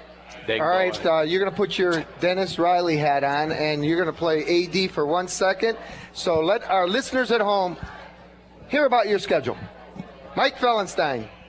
Yeah, we open up our first week here against Brush. We're going to Brush. You know, that's always been a good competition for us. We've played them for many years now. That's on this coming Friday, August 24th. We follow that up with home against Bedford on August 31st. Then we go on to be at Mid-Park September 7th. On September 14th, we are at Chardon, which opens up our conference play. September 21st, we were home against Riverside. September 28th, we're home against Madison. October 5th, we're away at Lakeside. October 12th, we're home against University. October 19th at Geneva. And then we finish up home against South on October 26th. And have they finalized it yet? Is it at the Captain Stadium? I know that's been all the talks. I don't know if they've actually finalized it 100%, but that's the way it's looking right now, is that we possibly could be playing that last week at the Captain it's the best-kept secret going, but I'll tell you this, because I was there today, of course, and I'm there every night. There's a sign-up sheet for workers, and all it says is event. October 26th. So something's going on there. Well, that's you all I know. The one thing that in my job in the 10 years, I've been very fortunate. I meet a lot of great coaches who are also a lot of great teachers. And you've got one great teacher, just to name a few, but this one affected our family at home. We have a son, John Malta, who needed a little direction. And I'll tell you, a coach there, Pat Kawakowski, put his arm around him, and that freshman and sophomore year John had, he actually just needed that.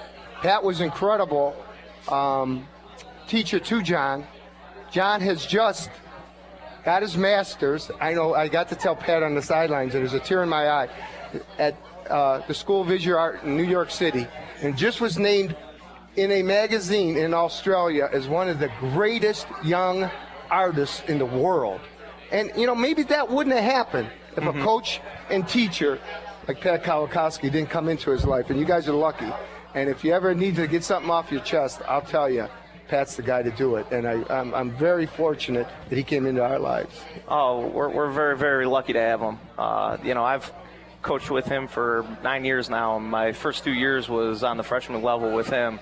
And I always say, you know, we can't have anyone. If the day we lose him, we're going to lose a great coach, because he does an outstanding job with those freshmen and prepares them to be in high school, be ready for everything, and prepare them to move on and be good high school football players.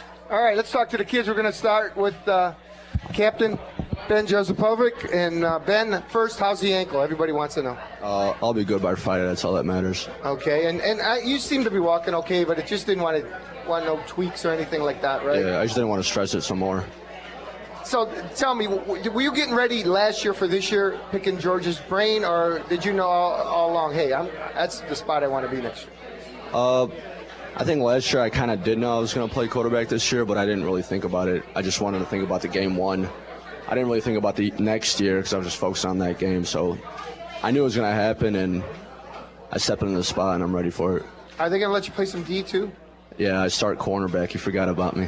All right. But what he didn't mention, and he's too humble to mention that, is the East Lake North is the number 2 team in defense in Lake County last year. Kirtland was 1. You guys giving up only 197 points is number 2, and that says a lot, because when you talk the likes of Lake Catholic and Menor, some of these other schools that are in your area in Euclid, that's something to put your hat on. I'll tell you that right now. So best of luck on that side of the ball too. You like playing O? Yeah, quarterback's fun. I mean, you control the offense, and it doesn't get better in that position on the offense. I know we don't want to look too far ahead, but I heard one of your running mates in basketball got hurt. And let's say some prayers for our listeners at home. Zach Rittenberry. Yeah. Had a torn ACL? Yes. And he won't be playing next year, right? Unfortunately, no. Wow, that's Zach, who I got to see grow up in Willowwood, too. It's too bad. All right, goals for you, Ben? Same as every year, you know, win the conference and go to the postseason. Okay, and your number for our listeners at home? Number 10. Position, toughest drill? Toughest drill. Probably when we were doing the quarterback scans, we got to move our feet for like 10 minutes straight. Well, tell them, take it easy on that ankle. Yeah. A message to our youngsters, Ben. Keep working hard, give it your all so you don't regret anything down the road. Okay, and have you chosen a school yet? No, not yet. Okay, pass it off over here, and this is? Ronnie Bolden. Ronnie, how you doing? I'm doing fantastic. That's good. And Ronnie, you grew up in Willowwood too. There's a lot of Boldens in Willowwood. I did for part of my life, yeah. Okay. What number are you? 32. 32. What position? Linebacker, running back, wide receiver, and Sam linebacker. All right. And tell our listeners at home what that means, Sam linebacker. Sam linebacker, I could play on the D-line. I can play as a safety, or I can play inside the box as another linebacker. Thank you. Okay, toughest player you ever faced? Toughest player I ever faced. Be someone on your own team. Ooh. Probably Yala, my freshman year. Yala, yeah, he was a big guy. Okay, what team, you remember? He was on our team, on actually. Your team, yeah. Okay. He was a big senior. How about a message for our youngsters? And everything you do, do it with your whole heart, strength, and mind. Excellent. Nice job. Next up, this is? Austin Gomez. Austin, how you doing? Good, how are you? 2-year starter? Yeah. 2-year? Okay, and what position? Defensive end, Sam linebacker, and right tackle. Okay. What number? 88. Your goals? Win football games.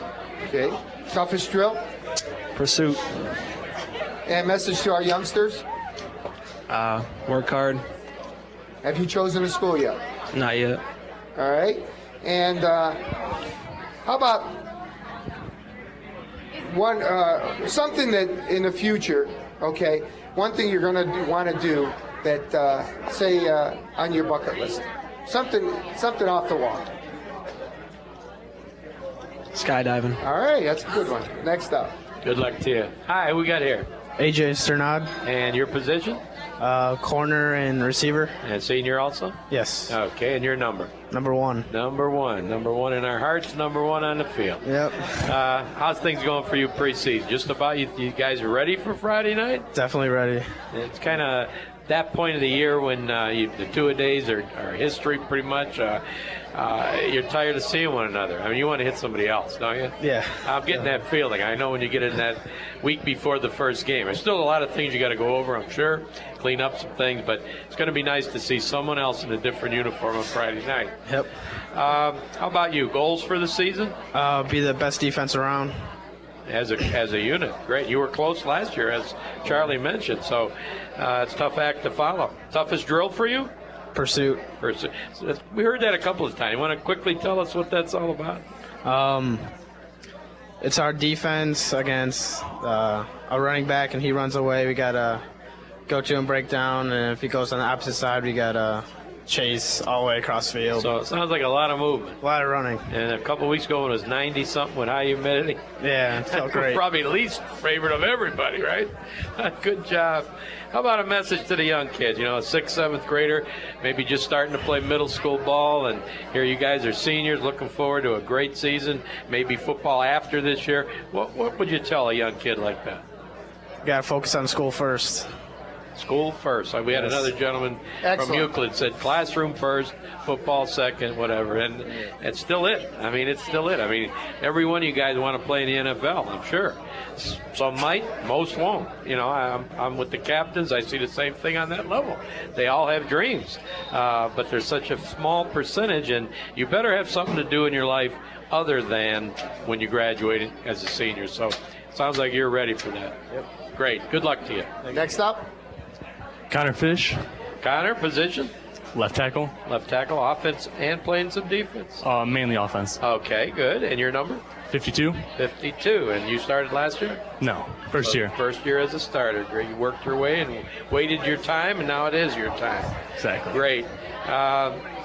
Strong point. Would you say run blocking or pass blocking? Pass blocking for sure. Okay, good. Well, you're going to have opportunity to do that. And how about your size? You look like a good height. I'm 6'4", 225. 6'4", 225. Perfect size, I would think. Is that the most you weighed in your life? Yeah, I've gained 30 pounds since last season. Wow, 30. We heard someone gain 20. That's a lot. That's a lot of work in that weight room. Yeah. And the right diet, I assume. Good. I gained 30, but no room in the weight room. A lot of pizza and stuff, you know. Well, listen, great opportunity for you and your team this year. Let's make this the year when we can say next year, you know, North High School participated in the playoffs, you know, because it's way too long. You know it. The fans know it. You got a great community, great coaches. Let's do it. I mean, I want to call a game week 11 featuring the North Rangers. And you want to play in it. Oh, you know it. All right. Before you pass that back to Camilla, I just wanted to commend your coach, Brooke, who has just been named the president of the Lake County Touchdown Club, which is a tremendous honor for George. Yeah. You know, and that's a great event. All right, girls. Northside cheerleaders. Yell go, fly, win. Ranger Nation, we want it. Win, yell go, fly, win. Ranger Nation, we want it. Win, yell go, fly, win. Ranger Nation, we want it. Win, yell go, fly, win. Thanks to the Rangers. Thanks, guys. Next up, the Menor Cardinals. Coach Steve Trevisano. Thank you, Rangers. Best of luck this Friday night. Everybody getting set to open up. Few teams on Thursday night. Most of the teams on Friday night and a handful on Saturday. So it's that three trifecta opening night weekend. Thursday, Friday, and Saturday. WLW will be featuring this team right here on Friday night. It'll be our opening broadcast live from the JTO in Menor. And it will be the Euclid Panthers taking on the Menor Cardinals. Charlie will be on that broadcast with you. I'll still be doing some baseball, but I know I got Menor down the line several times. So it's always fun to watch them and always fun to hear about what they got in store this year, and it's always big time. Oh, I can't wait for Friday night. It's going to be a great night at Menor High School. Just the electricity. And I know Coach is up against a tough team this year, and not they weren't last year, but all those seniors. It's going to be a rough one. And we're going to hear from Kate Johnson's group here. I'd like to thank Jen Orlando for mixing that cheer in with Charlie Malta in it. I got to get those lyrics, I'll tell you. And here's Kate Johnson's Menor Cardinal cheerleaders. Always a great group. And the competition squad are the defending champions of Mondays with Malta. So Heather Ambrose is pretty excited about the new venue, and I want to see the whole football team there, and that's going to be at the Croatian home. You're going to love that. Cards, here we go. Mentor Cardinals, the best team around. We're back again and here to take you down. Watch out, step back. Tonight is our night. We are Cards, the red, gray, and white. Yeah. Menor Cardinals, very, very nice. Nice job, Kate. We'll be hearing from them again in a few minutes. Now it gives me great pleasure to introduce, he's not the top winner in wins in the area, but almost. With 122 wins, good friend of mine, Coach Steve Trevisano. Welcome to the show, Coach. Well, thanks for having us here. It's always a pleasure. And next to, not next to, one of your players is our AD at Menor High. I say our AD because, you know what? His very first day on the job, he was on Mondays with Malta and has never missed a Mondays with Malta Menor Cardinal show. Jeff Casella, let's hear it for Jeff. Thanks, Charlie. And you know what, Jeff, I know you break a lot of engagements to be here, and your job in that school, the biggest school in the state of Ohio, you do a phenomenal job, and you make time for us. I appreciate everything you guys do for high school athletics, especially in this area, and the coverage you give our kids and the recognition they get. So give a little bit of that back. And you know what? I sent you an email even on Sunday today. I'm sure when I get home I'll get a response. I'm hoping you maybe have taken today off except for this to be with your family. But I set up your Mondays with Malta Menor Cardinal night, which is just a phenomenal night here too, and I'm sure you'll respond to that. But as the AD, I want you to go over your schedule, and everybody knows what Friday night is, but go through it because this is an earful, ladies and gentlemen. Yeah, we like to play one of the best schedules in the state. We challenge Coach Triv every year to do this, so it's a lot of fun. Obviously, we're opening with Euclid at home Friday night. Then we got a new boy on our schedule. We're going to travel over to Erie McDowell, go over to Erie, Pennsylvania for a game and match up with them. Then it's our annual Week 3 big slugfest with St. Ignatius. Head over to Byers Field on a Saturday night, so that'll be a lot of fun. Then we go into conference play. We get the Mayfield Wildcats back at home. First time they've been back at Menor for a while, so we look forward to getting Mayfield back at home. Parma, we travel to Parma and Brunswick. Then I think what should be a huge night at Menor Stadium when the Solon Comets come to Menor. Wow. That'll be a great game. So we're home 3 of our last 4. We end the year with Strongsville and Twinsburg at home. I know we got a little revenge on our mind with Twinsburg, with our one blemish on our season last year. So it should be a lot of fun. It should be a great year. Yeah, I was talking to Ed Washington today, whose son plays quarterback. He says they're not very good this year, so you got that going for you. Yeah, we'll see. Right? We'll see. Well, thanks, Jeff. We appreciate that. Any fundraisers the Red Line's got coming up, No, not really. Just go on the website. Yeah, just hit the Red Line Club website, and we started in the athletic department a new Twitter feed, so we're at Menor Athletics. You can follow us there, and it should be a lot of fun this year. I'm looking forward to a great fall. And I, too, you're going to know, and our show will be on Twitter, and I will give that out today as we've got the Juice Man working on all our stuff. So we're pretty excited about getting into social media like all these guys are. Can't stay pat. All right, Coach, we're at the bottom of the hour. Girls, just hold tight. You're about 10 minutes away. We're going to get to Coach Trevisano, and you brought 2 of the players and one of your coaches after this short break. We are WELW Radio's 4th annual high school football preview. We'll be right back after this short break.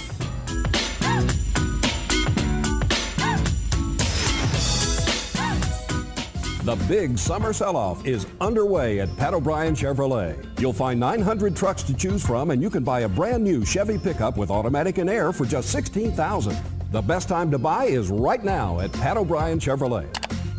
There are 2 reasons that Pat O'Brien Chevrolet is where you should buy your new Chevrolet. Inventory. No other dealer in Ohio has a bigger selection, and upfront pricing, it takes the hassles out of buying. So don't waste your time or money. Come to Pat O'Brien Chevrolet. You've heard people say there's no such thing as a free lunch. Well, they obviously don't listen to WELW, because you'll get free lunch from 11 till 1 Friday, August 24th at PNC Bank off East 260th at 26,000 Lakeshore Boulevard in Euclid. It's a Friday free lunch barbecue with delicious food from Max and Irma's and prize giveaways to thank you for listening. Look for WELW's street vehicle and prize wheel. Oh, and it really is free. Courtesy of WELW and PNC Bank in Euclid on Friday, August 24th from 11 to 1. Why go to the Y? You can challenge yourself, indulge yourself, or have wonderful family fun. YMCA's pool offers Aqua Cardio Challenge, deep water jogging, gym and swim, or Silver Splash for silver sneakers. Let your creativity flow with ballet for adults, creative story time for kids, or cooking magic classes. Get in physical and mental shape with Absolutions, a core workout for abdominals and lower back, yoga, meditation, Pilates, thighs, butts and guts workout, or boot camps for sports and strength conditioning. Programs that build healthy spirit, mind, and body for everyone. Visit LakeCountyYMCA.org. Catch Customer Appreciation Bargain Mondays at all Atlas Cinemas in Menor, Euclid, and Elyria. Standard movies are only $5 every Monday. And Atlas Cinemas Lakeshore in Euclid is the only East Side theater to have XXDXP. You'll experience extreme digital XL presentation, 60 feet of high-definition DLP digital presentation, and at over 60 feet wide, it's the largest digital screen in the Cleveland market. Total surround sound. See it, hear it, feel it. Atlas Cinemas, home for extreme digital XL. Enjoy the premiere presentation. You finally sold your home, but where do you put everything until it's ready? A storage facility? There's the truck rental, load, unload, SOS. SOS! Storage on site to the rescue. They'll bring a ground level unit to your driveway so you load it as you want. Then they drive your Loctite possessions to your new site or to their secure warehouse until you're ready. SOS is your smart, affordable, and efficient solution. Call 1-800-976-4SOS or visit storageonsite.com. Problem: you've got major yard work to do. So how can you get the equipment you need fast and inexpensive? CCM Rental Menor, the super alternative, has everything for yard work: aerators, thatchers, rollers, spreaders, edgers, tillers, hedge trimmers, and power blowers for planting and digging, or anything else for outdoor yard and home maintenance. Around the house, in the yard, and on the job. It just makes sense and saves dollars. Call CCM Rental Menor first before you buy. Visit ccmrental.com. Welcome back to WELW's 4th annual high school football preview show. Next to me is my partner on Mondays with Malta. We'll be opening up on September 10th with the Kirtland Hornets, and we'll let you know where the venue is as soon as I have that on a dotted line. But gives me great pleasure again to talk with Steve Trevisano. Coach, 16 years and 122 wins. I bet you it seems like yesterday. It does. It went very fast. It's hard to believe it's been that long, but you know, when you're having fun, time flies. Oh, there's no question about it. And each year, I mean, the expectations obviously is a state title, but you know what? The memories. I mean, you could write a book on them. For 16 years, it's been incredible, and there's something to fall back on, because I'll tell you, everyone can't be the state champion, but the memories you've created over there on Reynolds Road is really something else. Yeah, you know, that's the job. The job is to create better young men. You know, sure, we got to win, and we know we're going to win, but the job's to teach them how to be great young people and successful in the world, and that's ultimately what my job is. And it's true, and you've mentioned it before on this show about that, and the fact that, you know, football is second, and it's never going to be a Steve Trevisano coach team 2-1. It's always going to be 1-2. Yep, no doubt. And you know, I think our kids buy into that, and they know what's expected of them on and off the field, and they do a great job. They're great kids, and you know, I'm lucky to be here. Well, Coach, you've got just a staff that's phenomenal, and let's talk. You lose Jeff Grubach, who went over to Kenston, sure. And when you get that knock on the door, and it's got to make you feel good that, hey, they want my coaches, and you got to replace them. Yeah, you got to replace them, but you know, it's like being a proud dad, to be very honest with you, and we got to throw with him a little bit this summer and scrimmage with him. And when he left after the last scrimmage, I hugged him and said, I'm very proud. And, that's what we do. And we try to create him into, hopefully gave him an idea or two to make him into a very successful coach. And he's going to do great over there. We can't start with talking about the team without talking about Mitch Trubisky. Just such a leader. A couple words on Mitch. Well, he's a special kid. We've had a lot of really great football players come through Mentor, and he's one of them. I mean, not only is he a great football player, he's a great human being. He's an outstanding student.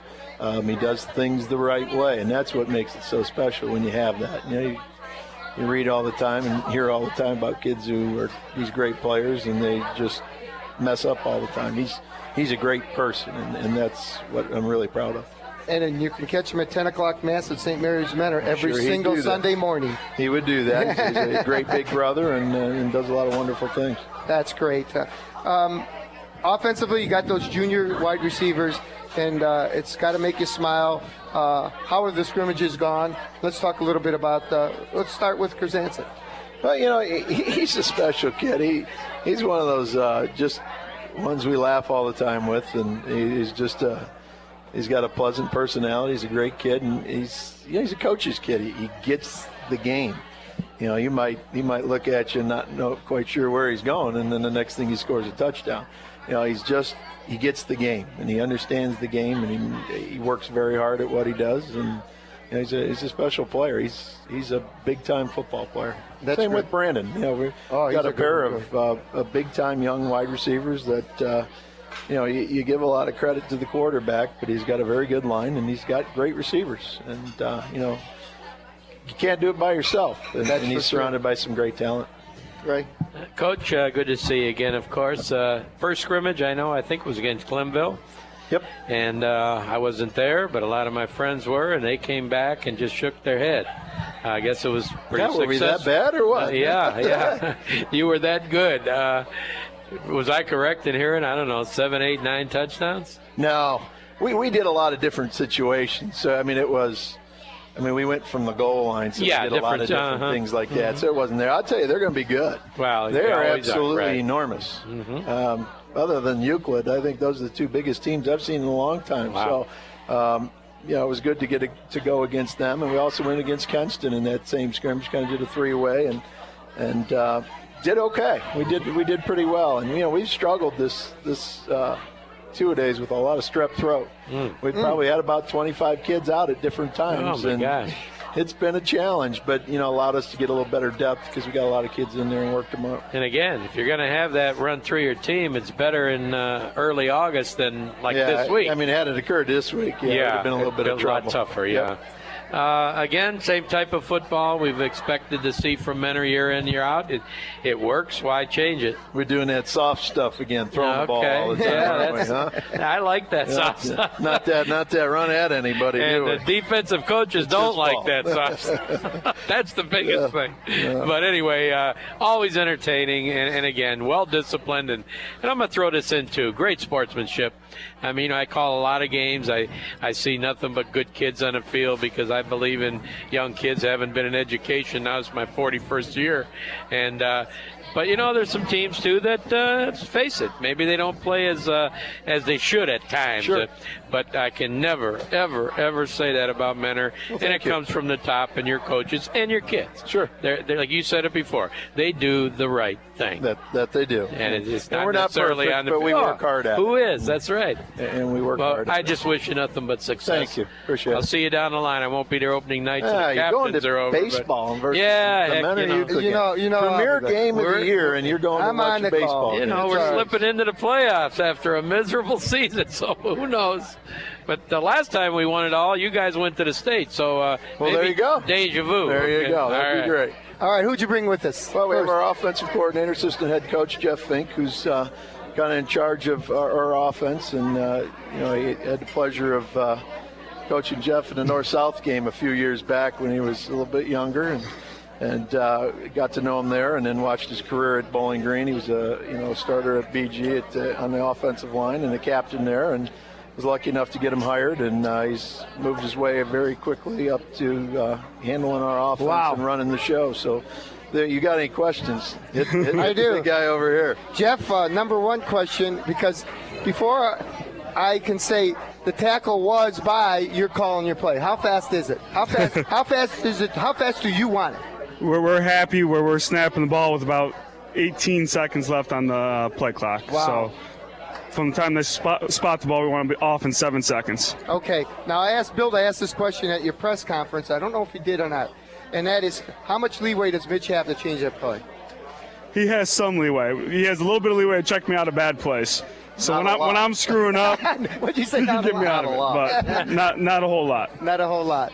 So 18 seconds, and man, you guys get them plays off so fast. It's just simply incredible. How about that offensive line? We've heard some of the names on offense, the wide receivers. Who's on the offensive line, the unsung heroes? Well, Brandon Short, who's with us tonight, will be our starting center. He'll be the foundation of the offensive line.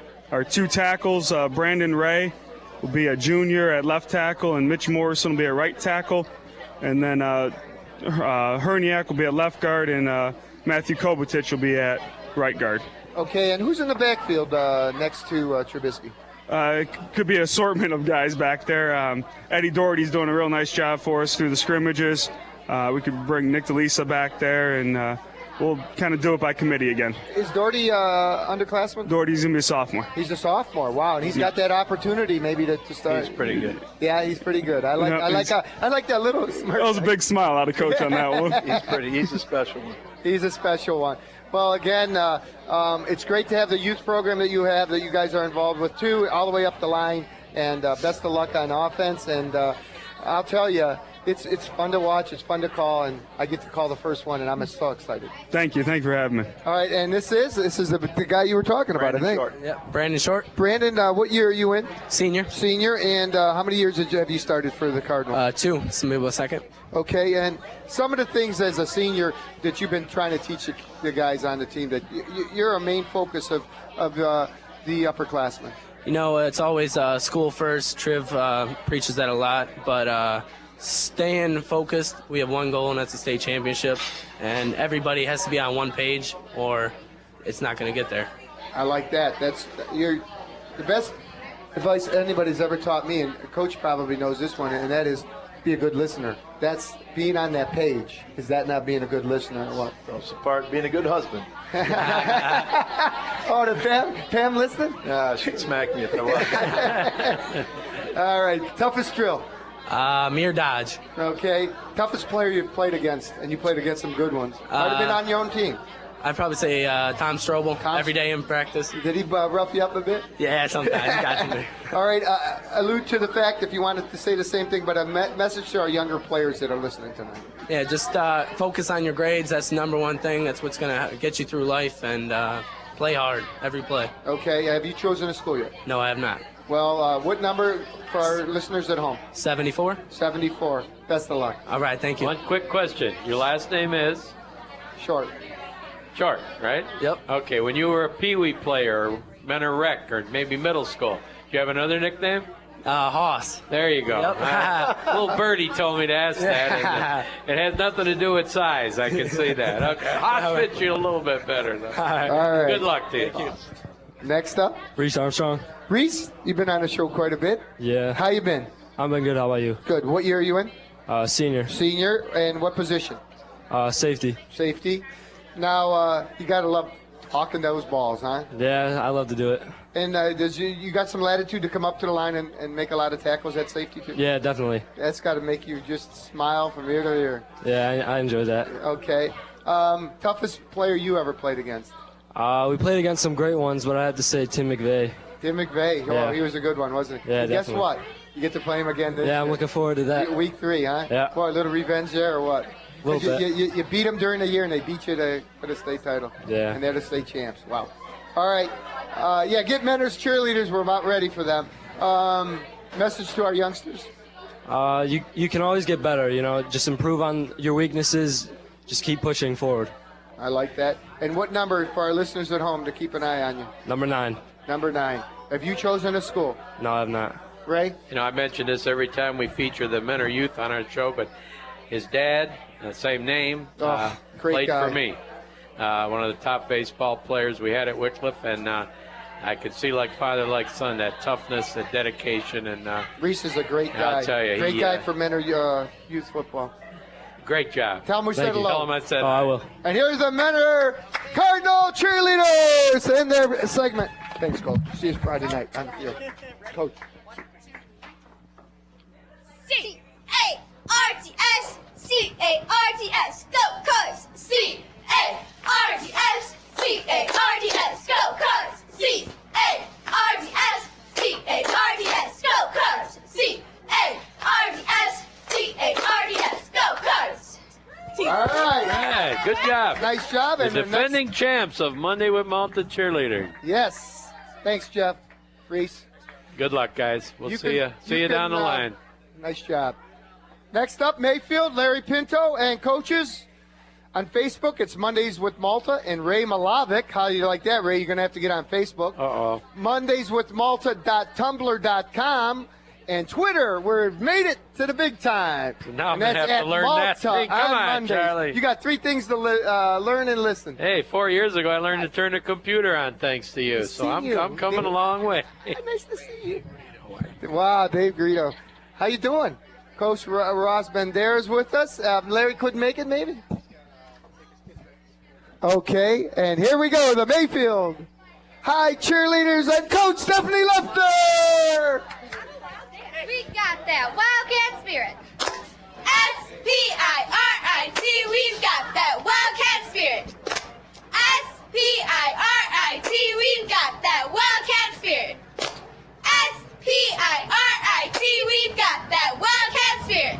Come on, Mayfield! We got this, Mayfield! Mayfield High School, the home of the brand new stadium. We can't wait till week 3. And we're very excited to have the Wildcats with us here tonight. And a good friend of mine, Ross Bender. How you been, Ross? Good, Charlie. How you doing? Oh, just great. Thanks for You know, having us. we're so excited. Mayfield football. One, we have named you in the press box the #1 hot dog in Northeast Ohio. Let me tell you, when that hot dog comes out of that bun and they cook it on that grill, there's none better. I smell it, but I don't ever taste it. You never get to I'm eat. not sure. We get them up in the press box. Yeah. And Grab one sometime. Believe me. I'm telling you, they are fantastic. You know, you guys got a great AD, and Mike does a great job. Definitely. Barnes over in that respect, making sure that they take good care of us. That's #1. Let's hope it remains that #1 throughout the year.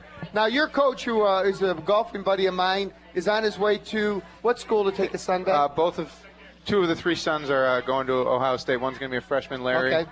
and Mike's going to be a junior, and he had to take him back today. Okay, no problem. And Larry, just a great guy. And, the best. And just let's first talk about, you know, what he brings to the table. I mean, he's an amazing guy with amazing personality.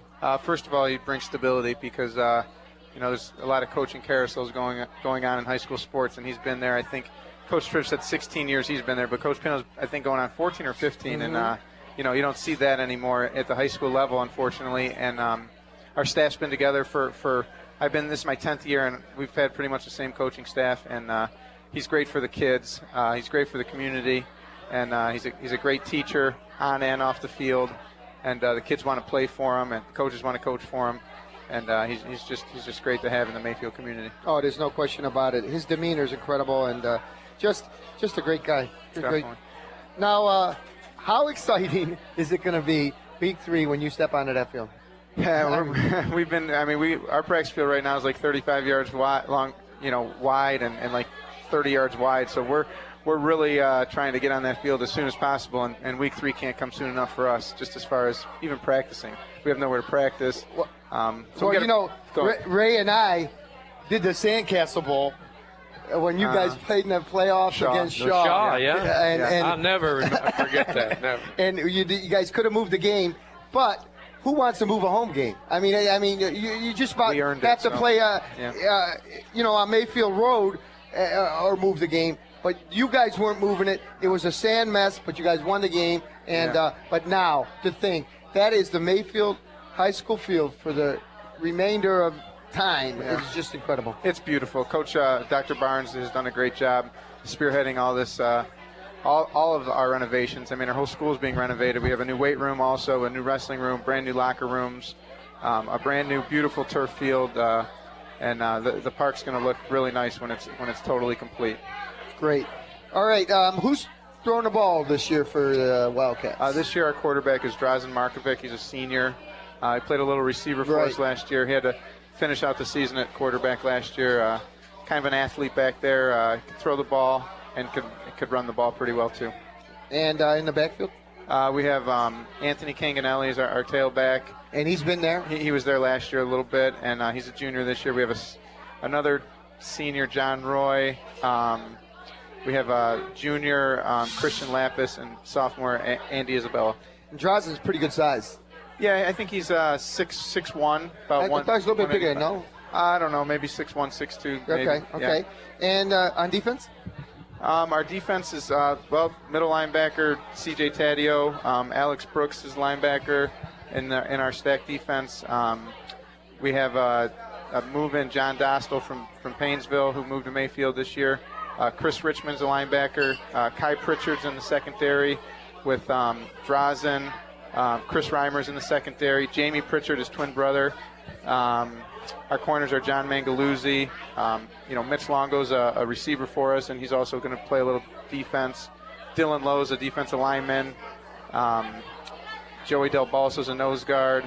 Eric Caranchi. I mean, we got some good guys this year. No question about it, and has some hard-nosed players. And will we be playing a familiar stack defense? No question about it. Yeah, they are. Our base defense has been the stack for about 5 or 6 years now. So and getting the goose egg is what it's all about. That's always the goal, I guess. Yeah, I mean, we don't want to give up points at all. That would definitely not be the goal. Coach, there was that stretch again. I lose track of time, but 3-4 years ago, whatever, when you put together those was it 4 or 5 shutouts in a row, and being around the game and watching it for now 40 years in the area. That's something that just doesn't happen. I mean, it's, and I talked to Coach Pinto about that after you had, say, 2. And I said, so is that the focus each and every week? Now your defensive guys get together and say, now we're going to have 3. And he said, not really. It wasn't the focus. But when 3 came, we wanted 4. And obviously, you just want to keep it going.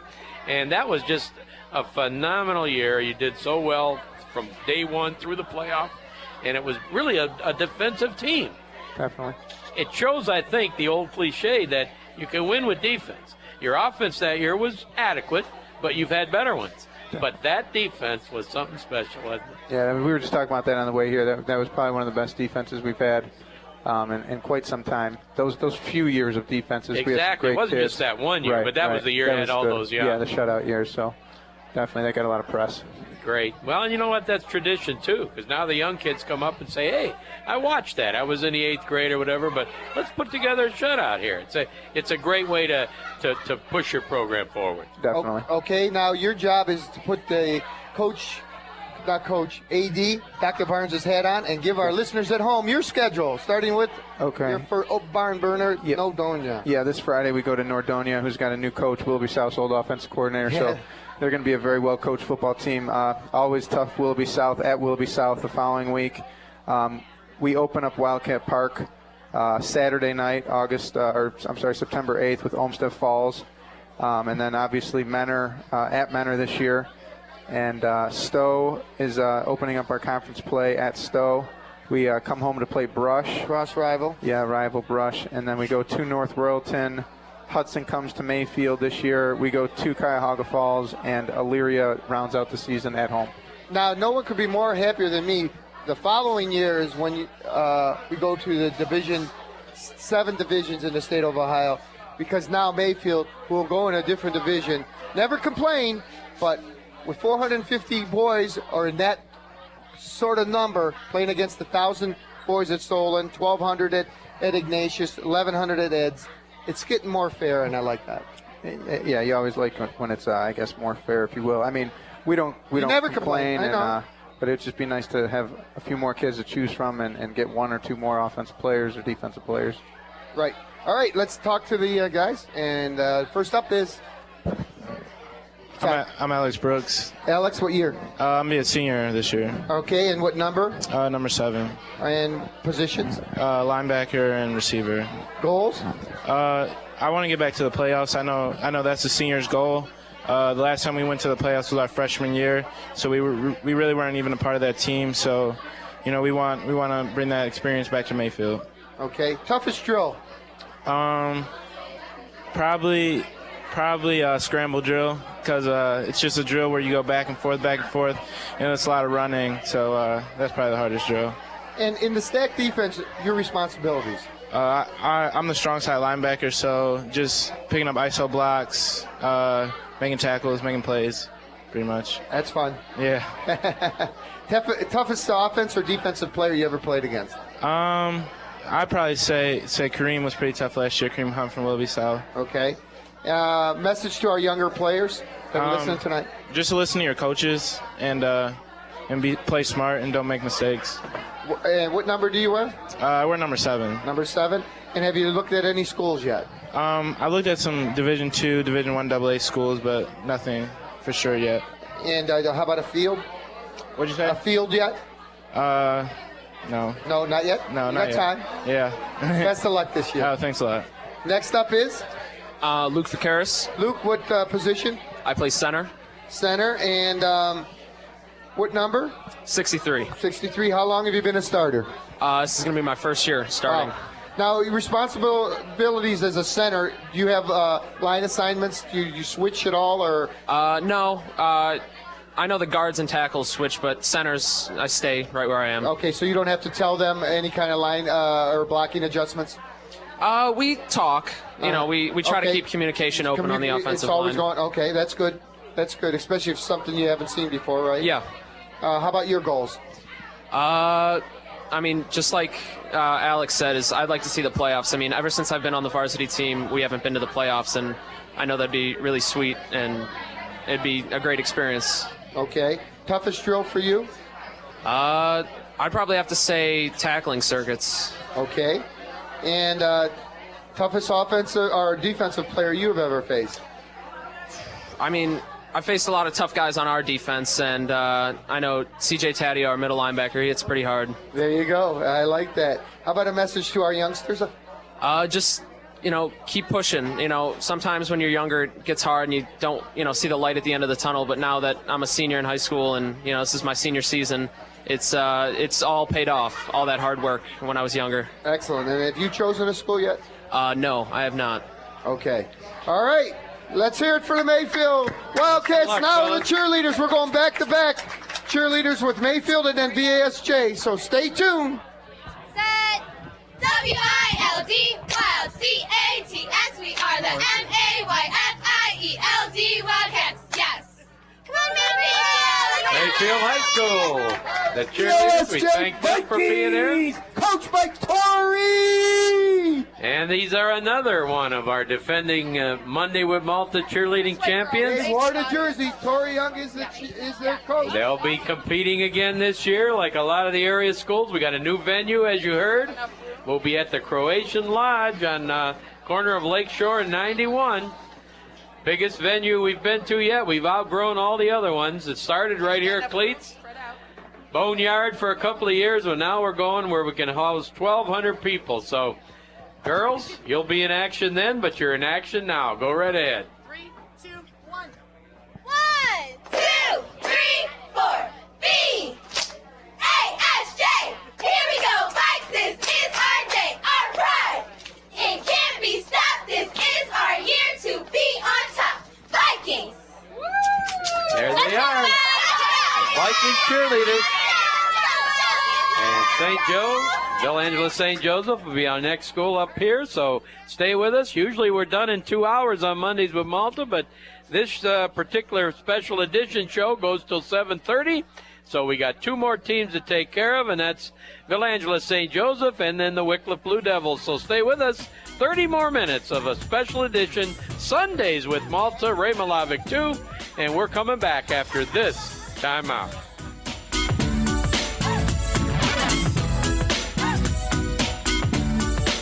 Remember The Cat in the Hat and Dr. Seuss books? What pleasure they brought to your imagination. Relive those memories by participating in Willoughby East Lake Public Library's 1K Fun Walk Saturday, September 8th at Lake County Captain's Classic Park. Meet the Cat in the Hat and the skipper for a fun-filled morning 9 to 11 a.m. There'll be door prizes, games, crafts, and kids can play in Captain's Fun Zone. Special prizes for top walkers. Visit WeLibrary.com for walk pledge form or call 440-944-6900 extension 112.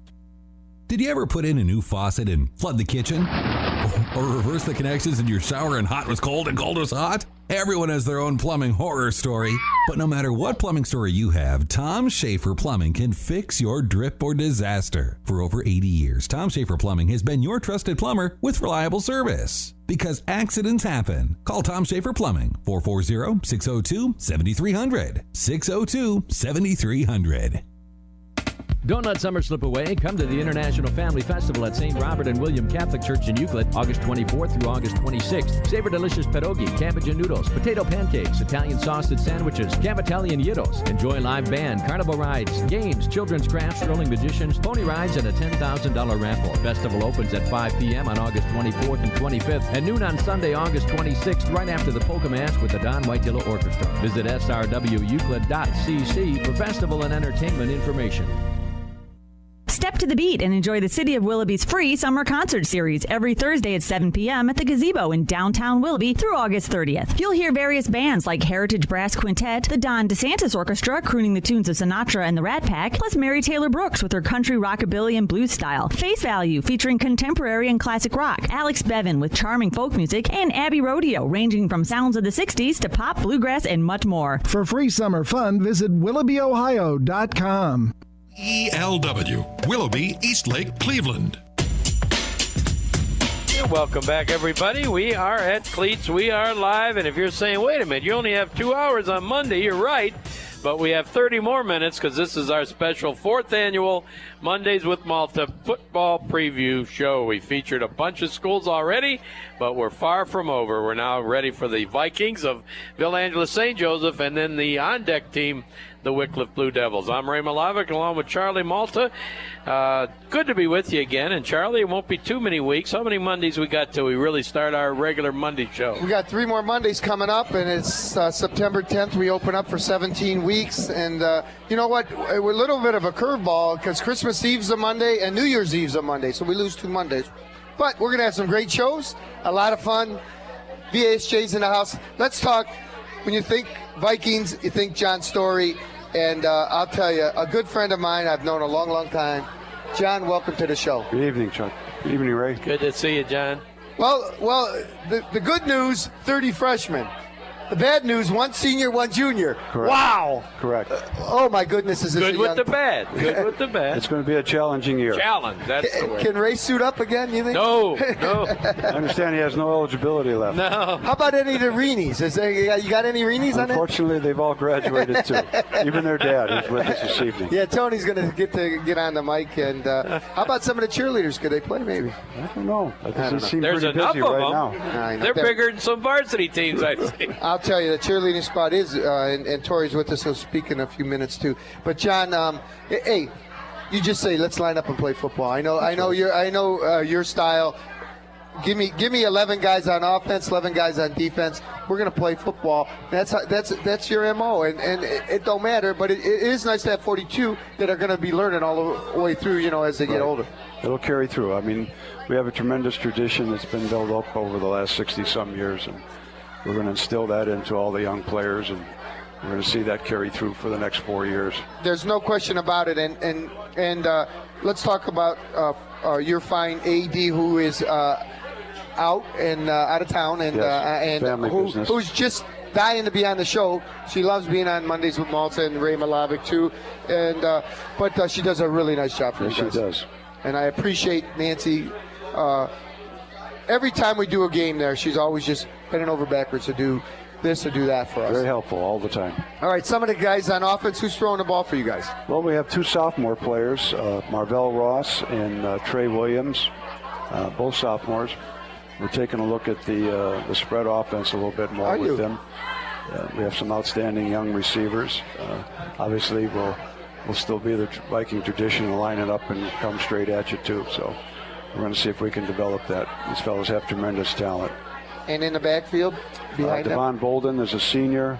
He was part of the 4x200 state championship team last year. So he's an outstanding talent, great quickness, great speed. And we're going to rely heavy on him for production on the field and leadership with these young kids. Oh, that's great. And on defense side of the ball? Defensive side, we're really pretty young too. I mean, we're basically starting 8 sophomores and 3 freshmen. So there'll be a learning experience. The game's going to step up for them real quick. How about your scrimmages? How did they fare? A learning situation. We fared well. We played Chardon. We played Chardon. We played Shaw and Midview Grafton. I'm sorry, from Lorain County this past Friday, and we took our licks, but we improved. We saw some nice things on the film, so we're going to show the kids on Monday and see where areas we can improve and step it up. Get ready for Saturday when Our Lady of the Lake comes in from Michigan.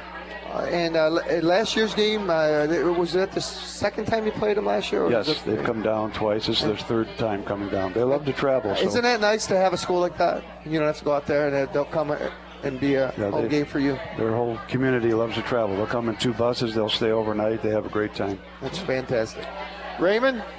Coach, you talk about tradition. You said it earlier, and Ignatius has tradition, Ed's has tradition, Lake. I mean, it's part of the successful programs, but I don't know. I mean, when you think of St. Joe's, and now, of course, many years Villangela St. Joe's, I know there was something I read about a month ago, and I had known this as a fact, but what I read and heard was that St. Joe's has sent more players to the NFL than any other high school in the area. And that may be challenged now. It might be close. But I know at one point it was a big gap between the St. Joe's and the next team, whoever that might be. When young kids come there, and it's other sports, it's basketball, what have you, but football particularly, that has to be that little extra push. If a kid's got some talent, he's thinking of maybe certainly a college career, and you always dream about the next level, although few make it. It's got to be a help to you guys. It really does when you talk to a kid who's maybe not sure where he wants to go after 8th grade, to have him come to the Viking Village. Well, I think that's what we want to show them when we go out and watch and see kids out in the community and talk to them about it. And when they visit school and then see the Hall of Fame and the number of fellows that are up in the Hall of Fame, that they may not even be aware of all the great names they've gone through. We probably have had in our tradition and history, probably 30-some guys have had NFL. That was the number. Yeah, it was up there. Yes, we've been pretty fortunate. St. Joe's was obviously a huge school back in the 50s and 60s, 70s, and 80s. And, we have even today London Fletcher still playing. He's in his 13th year with the Washington Redskins. So we've got a rich tradition there. It might be a little bit of a period of time now before we have someone else approach that level, but. You could start talking about some of them, how they're involved in the community, but one, P.J. Conway, who you know very well, yes. The owner of Menor Family Foods, is a sponsor of Mondays with Malta. And, P.J. and I are good friends, but, he came forward. He came to a show and said, Charlie, I want to be on board. I want to be part of Mondays with Malta and sponsoring your show. And there's a small guy in a big grocery line business that came forward and is one of our sponsors, and just a great kid, and right. I appreciate that he did that. And it's on and on and on with the Vikings. Right. Well, Vikings are very giving. It's a tight community. Our responsibility right now with our new administration, Rich Osborne's a 69 grad, is to re-engage and engage fellows that have been maybe separated a little bit right now. I like that word. So that's that's our thrust. That's my thrust in the athletic department also, especially with the guys that have been in athletics since the beginning of the 50s. Our first graduating class was 54, and those fellows are up in years now, obviously, but they still have very strong feelings about the education in their playing days at St. Joe's. That's great. You know, that's the other thing you mentioned, non-athletes. I get the monthly or twice a year, whenever it comes out, the alumni magazine. And, you know, you look at some of those names before me. I was 1965, but I mean in the 50s. And then when I didn't really follow a lot in the 80s, 90s, people have really done well in athletics. We already alluded to that, but in other walks of life, there's some big-time people out there in the business world that can say, "Hey, I'm a St. Joe grad." Right. And that's the important thing, really. And now let's talk to Tony Rini and Anthony. We appreciate you being on the show. You came last year. It's nice to get you on. The Rini name is synonymous with Vikings. How many Rinis have gone through? I had 4 sisters go to Villangela, and my brother and I went to St. Joe's, and through my 3 sons played for Coach Story at VASJ. Tony, what year did you graduate? I graduated in '82. And did you get to the playoffs? We did. There was a special around New Year's Eve about the 13-0 St. Canton McKinley team. Right. That was us. But we were 12-0 at one time, and we lost to Canton McKinley. Wow. I blame it on the shoes. We got to the shoe bank a little late, and all those left were the slippery shoes. So they ran all over us that year. But wow, what a tremendous record and a feat for you guys back then. But they ended up beating Canton McKinley. They ended up beating Cincinnati Moeller for the state championship. So it's not bad to lose to the state champs. No, not at all. Now, you're involved heavily with fundraising, and also you're coaching too? I help out where I can. My wife and I, our youngest son, Paul, just graduated from VASJ and played for Coach Story, and we're going to be involved with the cooking of the team meals. Sure. I also help coach, represent the school at various, sandlot leagues and things, and so we're be heavily involved with the school. Also the mixers and I tell you, VASJ is just there's a term out there right now, born again Viking, and more Vikings are realizing their roots and their place at VASJ, and we got a great alumni base that's really stepping up. And you got a great like Menor has a Red Line Club. You got the Oarsmen. Right. We do. We have the Oarsmen, our big clam bakes coming up. It's my 30th reunion, the class of '82 for 2012. And can they get tickets through you? Can you give your phone number on the air? Yes, I can. Go ahead. My phone number is area code 216-496-6758. It's 216-496-6758. And if you want to go to the clam bake, call Tony. And get your tickets early. They're going to have probably 550 people at the clam bake. It's going to be a phenomenal event, including my class reunion. We're going to hold it in conjunction with the Oarsman clam bake. You talked about tradition, okay? I mean, that existed certainly in 1965, and here we are talking 30-year reunion. It's been there a while, and a great event, great time, fun event, and yet make some money, generate some money for the school. So yes, absolutely. Yeah. Great job. It's about the kids. I want to pass it over to Tori. Tori, you got to love what you're doing, because there's not a day that we don't see each other that you're not smiling. Honestly, you love being a Viking cheerleading coach. I do. Have a great group of girls this year. It was a rebuilding year for us as well. We lost a lot of seniors last year, but probably similar to Coach Story, we have a lot of new talent coming in that just needs to be cultivated and mended to be successful one day. So. Wow. Any boys this year? No boys. I hear we might have a couple of recruits, but no boys as Coach of right now. Story's going to take them. that might be true. That's great. And one of the defending champs, not this past year, but winning Mondays with Malta. And it's a feather in your caps, because it's quite a feat to do that against all them great schools. Right. There are a lot of great schools in this area that we compete against every year, and it's great to see all the talent every year. And you guys were state champs too one year. That year, the year we won Mondays with Malta, we were also state champs. So we hope to kind of get back to that level at some point. Well, I know you're going to work hard at it, and it's going to be an exciting year, especially at the Brovniks. Well, great. Thank you so much. Thanks for being here, Tori. I'm going to hand that over, and we're going to hear from the girls. All right, girls, get lined up. Once again, the Villa Angela St. Joseph cheerleaders. 3, 2, 1. B-I-I-I-K-I-N-G-S. B-I-I-I-K-I-N-G-S. B-I-I-I-K-I-N-G-S. Let's go!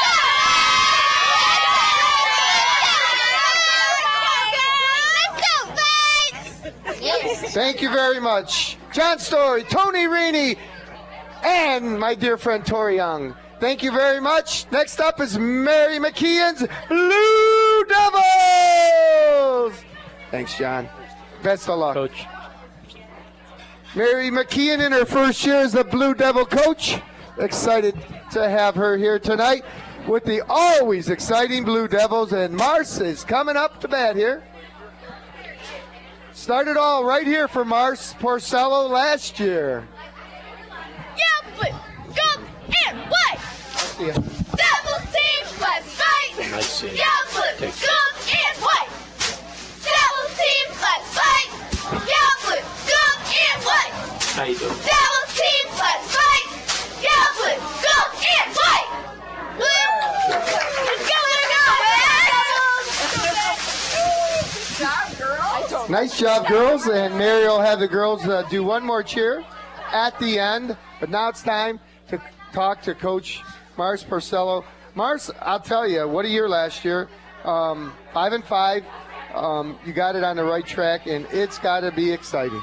Yeah, it was a great season. I'm happy for these guys, and a lot of these guys coming back this year have experience from last year, so hopefully we can springboard off of that and have another good season.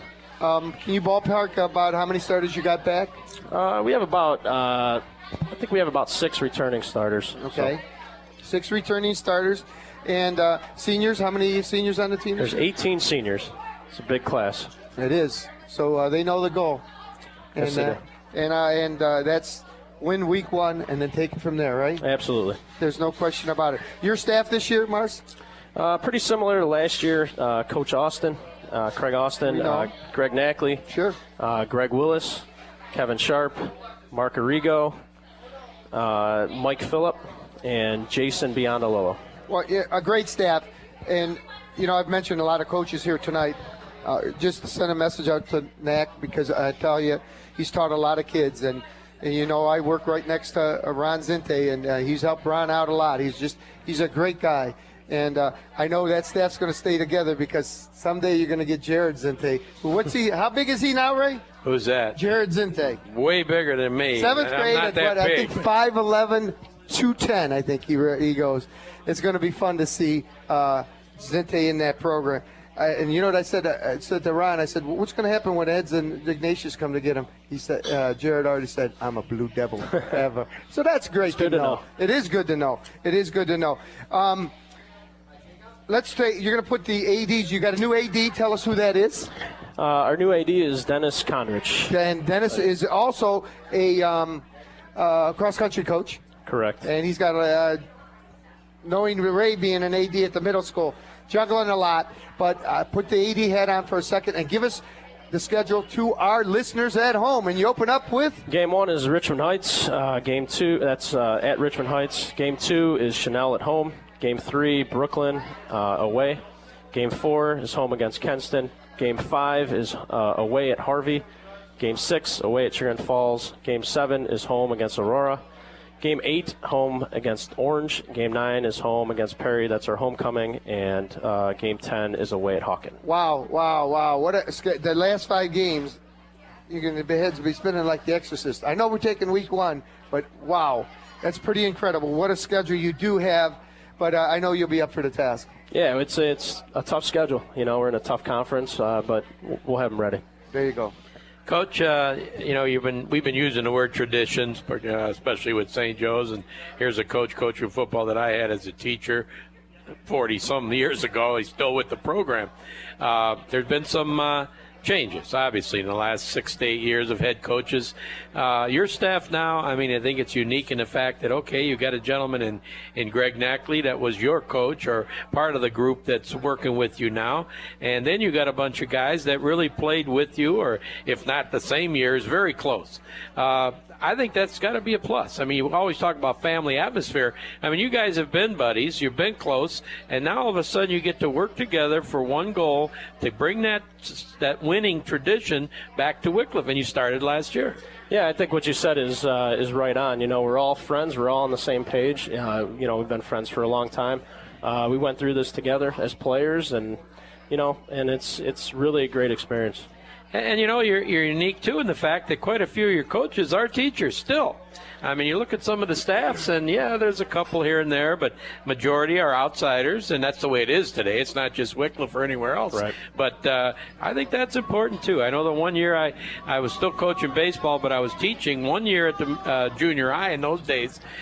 Yeah, we had an okay season, but you're just not the same as when you see the kids from first period through the end of the day who may have gotten in trouble, who's this, who's sick, who's not. You lose that touch. And when you've got 2, 3, 4 of you that can see them every day, deal with the problems if there is any, it's got to be it's a plus. Yeah, it's huge. It's actually 6 out of 8 are in the building. There you go. I'm telling you, you may be number one in the area when it comes. And then Coach Knackley, you know, he retired there. Absolutely, from there, so yeah. Consider him a teacher, that's for sure. Oh, he is. Well, great. I get to see. I saw Harvey play in a scrimmage against North. I don't know if you got to see them yet, but you know, they got some skilled players as always out there, and of course the big schools that you knock heads with in the league. It's going to be a challenge, but again, for many years, 1 win, 2 wins, all of a sudden 5 wins. I mean, people don't realize, I think, when they hear 5 and 5, you know, it's a nice season. It's a great, you used the word, it's a great season from where you had been. So now let's take that next step, I'm sure. Yep. Coach Austin? How you doing, Coach? I'm doing well. Coach, which side of the ball? Defense coordinator. Defensive coordinator. And what do you like doing defensively, not to give too much out of the tricks out of the hat? We're once again a 3-3 stack base this year. We'll play a little bit of a 5-man front when teams want to run, but, you know, most of the teams that we play are usually pretty pass-oriented, so we like the flexibility of the stack. It allows us to come out and cover as well as put some pressure on the quarterback. That's great. Coach, some of the names maybe our listeners will hear this year?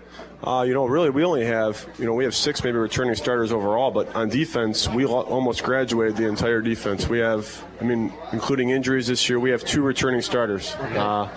You know, the guy that kind of anchors us that we lost with an ACL last year but is back this year, Shane Shreddy, is a kid to look out for. Probably our best football player on the defensive side. Up front, Dom Galeotto, I think, right over the center is going to give other teams a lot of trouble. And then in the secondary, we have Justin Powell back, who's a cornerback, and now is playing running back for us. So he's a good resource for us in the secondary for sure. Now, is that from the Wycliffe Powell family, Sonny Powell and Same Vince? family. Yeah, right. Great family, just a super family. And when you see Sonny and Vince and Chuck, make sure you tell them I said hello. I used to live across the street from my dad, and I just got warm thoughts of the whole family. You know, you talked about Rainey, the name in St. Joe's. Well, you know, I've been there now. It's my 41st year of doing something with the Wycliffe City Schools, and the names are going to be the same. You know, it's a great community. People stick around. They have great services. You're not going to see big high-rises where new people are moving in and new names. So you're going to hear kids' names who was very, very successful in the classroom and on the athletic fields, baseball fields, basketball, whatever. And I think that's that advantage. You know, big is not always better. I've always said that for the years I was there. And I like that atmosphere because I'm at the middle school now, and I have just about every one of my kids, either on my teams or in the study hall, whatever, who I had their mom or dad or both. And a few even mentioned I had their grandparents. Now, that I don't believe. That I don't believe, but they swear I did. That had to be my absolute first class, though. Believe me. Okay, Coach, you want to pass it down? And this is? Cody Adams. Cody, how you doing? I'm doing all right. What number are you, Cody? 24. 24, what position? Outside linebacker and wingback. Anyone particularly you like better? Definitely outside linebacker. Outside linebacker? Yeah. Okay. How about the toughest player you ever faced? Ooh, I don't know any by name, but I'd probably Kenston. I don't know him by name, but okay. Kenston was Kenston probably, player? Okay. Toughest drill that Coach makes you go through? I don't know. They're all tough. They work us pretty hard. I can't individually pick They one out. put some muscle on you. Oh, just a little bit. Look And at that's those- good, because if you had mentioned one, you do it twice tomorrow. Okay, message for our youngsters that to get to where you're at right now, Cody. Just keep doing what you got to do to be better, and don't give up on what you need to push for. Because if you give up, you won't know what you could have done. So. Excellent words. You chose them very wisely. Have you chosen a school yet? No, I have not actually. It's still up in the air. How still about up a in the air. field? Maybe Child and Family Services law, or if not, possibly military or something. Well, I'm glad you've got some kind of focus that maybe you're going to tackle. Best of luck. It'll be great coming to watch Thank you you. guys play this year. Next up, Joe Varach, Joe, and what position and number? quarterback, number 10. Number 10. Wow, you've filling in now. Who was the quarterback you had for all those years? Jason Salter was his quarterback last Yeah. 2 years. Yeah, last year. He even played a little bit as a freshman, I think, didn't he? Yeah, he might have. Yeah, Jason. And now you got big shoes to fill. You enjoy playing quarterback? Yep, I love it. What year are you in? I'm a senior. Wow, that's great. And it's big because you're a senior and now you're the leader of that offense. Yep, What number? 10. 10, I think you said that. Okay. And how about your goals this year? Playoffs. I like that. Look at the look in his eye, huh? Wycliffe's been very successful in the playoffs. I mean, people don't remember because it's been a few years, but you look at the overall records, you'll see them in the News Herald. Successful teams in the playoffs from the area. Wycliffe is in the top 5, I'll tell you right now. That's excellent. How about some words for youngsters? Just work hard and keep your goals in mind and do everything you can to reach them. Your favorite play to call? 118. Okay. Is that you with the ball? It's one of our few pass plays in the offense. You should see his smile, ladies and gentlemen. That's excellent. And what schools are you looking at? John Carroll, Ohio University. And what field? Teaching, possibly. I love it. I tell the kids, 180 days. He's off all summer. Yeah, right, Charlie. I'm off all summer. Not if you're a football coach. 185. Okay, we're not counting. No snow days last year. I said school should have been done earlier. No snow days. Nice job. Next up, Ray's going to take All right, who we got? the biggest guy here maybe today. Dominic Galiotto. Oh, he's a good one. How you doing, Dom? I'm good. I always get to see And you. your height and weight? About 6 feet, and I'm 250. Okay, is that up from last year? Yeah, from the most Little part. bit, huh? Yeah. Okay, good. You go both ways, obviously. What are your positions, offense? Right guard on offense and nose guard on defense. Okay, again, if coach said, look, you can only play one of those, what would you pick? Offense. You like offense Yeah. better, but I know you play anywhere he puts you. There's a lot of pulling. Yeah, I Love it. imagine. How about goals for you this year? Individual or team-wise? I want us to show up with the mindset we have for like practices every single day, no matter what. But it starts with everyone, not just one person. Can't be that letdown, can there? I mean, it's especially tough to do that after a tough loss. Right. I mean, you got that week to think about it, blah, blah, blah, and your schedule, you can't afford that. I mean, every week, top of your game. Gotta bring it. Awesome. How about the message to the young kids? Let's say a middle school player that thinks he'd like to play on a varsity someday. It starts when you're in middle school and a freshman. It doesn't start when you're a senior or junior. You work towards it until you're actually the big man, and then that's when it all comes together. Kind of late at that point if you start really getting serious. It starts early. You got it. Great advice. Tell our listeners where you work in the summer. Aleshi's in Pine Ridge. We had to give that a plug out. My good buddy Paulie at Aleshi's, and I too work with Dom at Pine Ridge. Well, thank you very much, Dom. I can't wait to see you play this year. You're going to have a heck of a year. Mary McKeon, you're up. Okay, here we go, girls. All right, 3, 2, 1.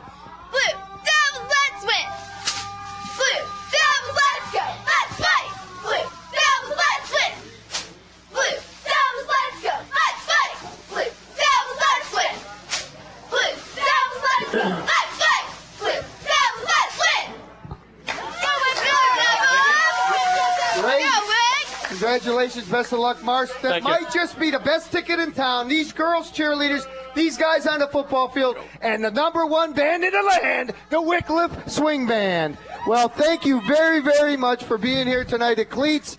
We're going to see Mondays with Malta here a lot. Ray, you got a couple games that we're going to cover right off the get-go, and that is? Yeah, we can't take you through the whole thing, but we will certainly on our first Monday show. But right off the gate, we already mentioned, you'll hear Charlie.